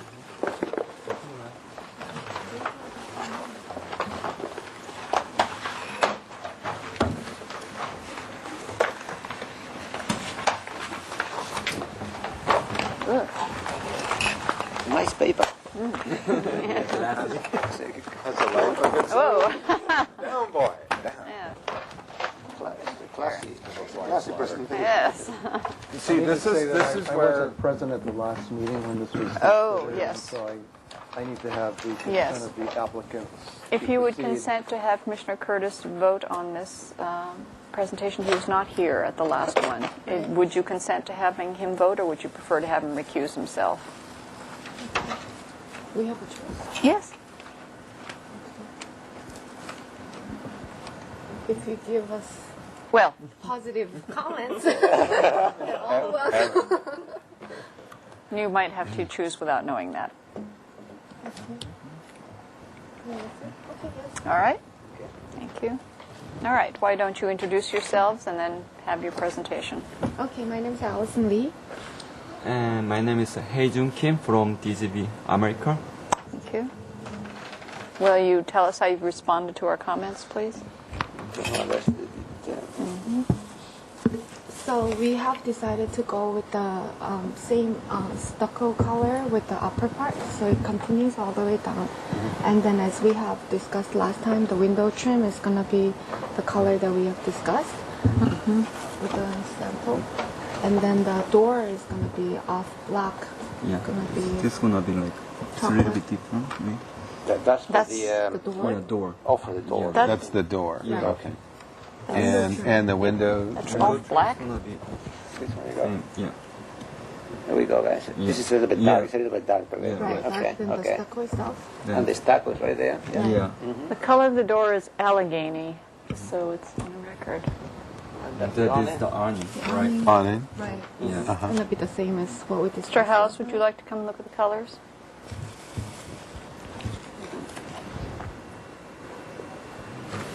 This is the door, which I don't consider to be off black, but okay. Good. Thank you. And we decide to remove the existing tile. Then we're gonna replace with the stucco. Then stucco gonna be flush with the frame because actually I want to. This new stucco is flush with the existing one, so it's going to be all flush face. Rather than having a job. Yeah. And for awning, Awning, yeah. there's going to be a small detail for the supporting pole. And this is a picture of sample. Yeah. Thank you. Very good. Are you done with your presentation? Yes. I see no one for public comment out there, so I'm not going to open it. May I have questions from the commission? Madam Chair. Mm-hmm. Are you saying that if you take off the tile and then you stucco this and you make the stucco flush with the existing stucco, Right. that automatically makes the stucco flush with that sill? Right. Right. Because, well, I'm getting into a comment, so that's just a question. Okay. Are there any other questions? And this is what you're intending to do, despite the fact that it says steel tube and it doesn't specify a square or anything. A square like that is what you're intending. Okay. Any other questions? I'll take comments. Madam Chair? Yes. I would say that I'm okay with those colors. Okay. We could include this as a comment in the motion, but we don't allow square steel tube, nor can you really do a twist like that in a tube, so it needs to be solid stock. And so we'll specify that in the motion. You generally, well, not generally, you wouldn't want to do stucco that is absolutely flush with a wood piece because they're not going to stay perfect looking. And usually you want to overhang or have an offset in dissimilar materials. And unfortunately, we don't have benefit of, having a real close-up photograph of that so that we know whether or not there might in fact be a little overhang of that existing sill. But and this is kind of generic information and not really telling us what we need to know. Either you would have the stucco proud and you would roll it back to the sill, or you would have the stucco set back underneath the sill.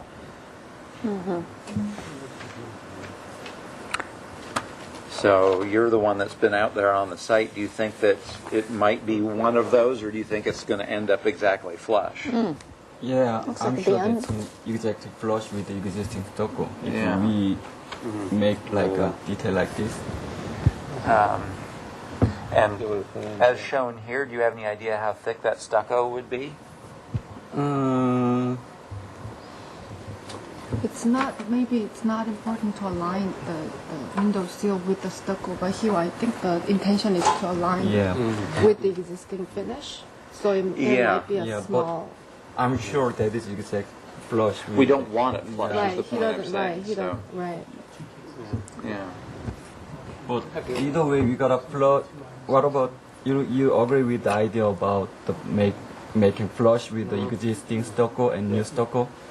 Right? That's important. Yeah, Right. that's Right. important. So that was more... So, I don't know. Yeah, but I put the note that Flush stucco. flush Yeah, with the the existing existing stucco. stucco. So that's yeah. I'd like to keep these comments on this side of the table only, please. Yeah. Well, I guess it wouldn't be the end of the world if it ended up flush, but ideally that stucco should be back underneath the sill a little bit. Okay. Any further comments? Yeah, I would agree. I think there needs to be a shadow line, or it needs to come out. I just don't see that as satisfactory as having flush stucco to the sill, even if you tried to do it. There should be a shadow line, or it makes it much more interesting and detailed, considering we're not getting tile here. Any further comments? Well, I think it's a minor detail. I'd really like to move this application. Well, we are here for concept. Am I right? Yes. Well, yeah, it just seems like everything else can go forward, and maybe. I think personally, I think it's probably more important to have the shadow line than to have this line up. So if there's a break in elevation where I'm pointing out, I can probably live with that, and the rest will work out itself. Maybe it's possible to flush it all out and have this be proud, like another half inch or 3/4 of an inch. An inch would be perfect. But if it doesn't work out, I think it would be better to recess this panel and have it would be a line right here. I think we can all live with that. If that I could live with that. And solve the problem and move it along. I just have a question. I'm sorry. Are these awnings to be striped? No. Just like this. I see. Okay. Well, here's a question. Would you like to give a motion for final, or would you like this to come back to consent with that detail? I think we should give it a preliminary. It's not. You're open. All right. You're not all torn up or anything. So I would say preliminary, and then turn on consent with details of.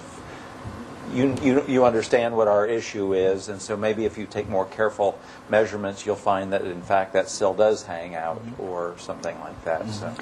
All right. The motion is preliminary approval with caution regarding the plaster at the sill detail and the solid stock for the steel.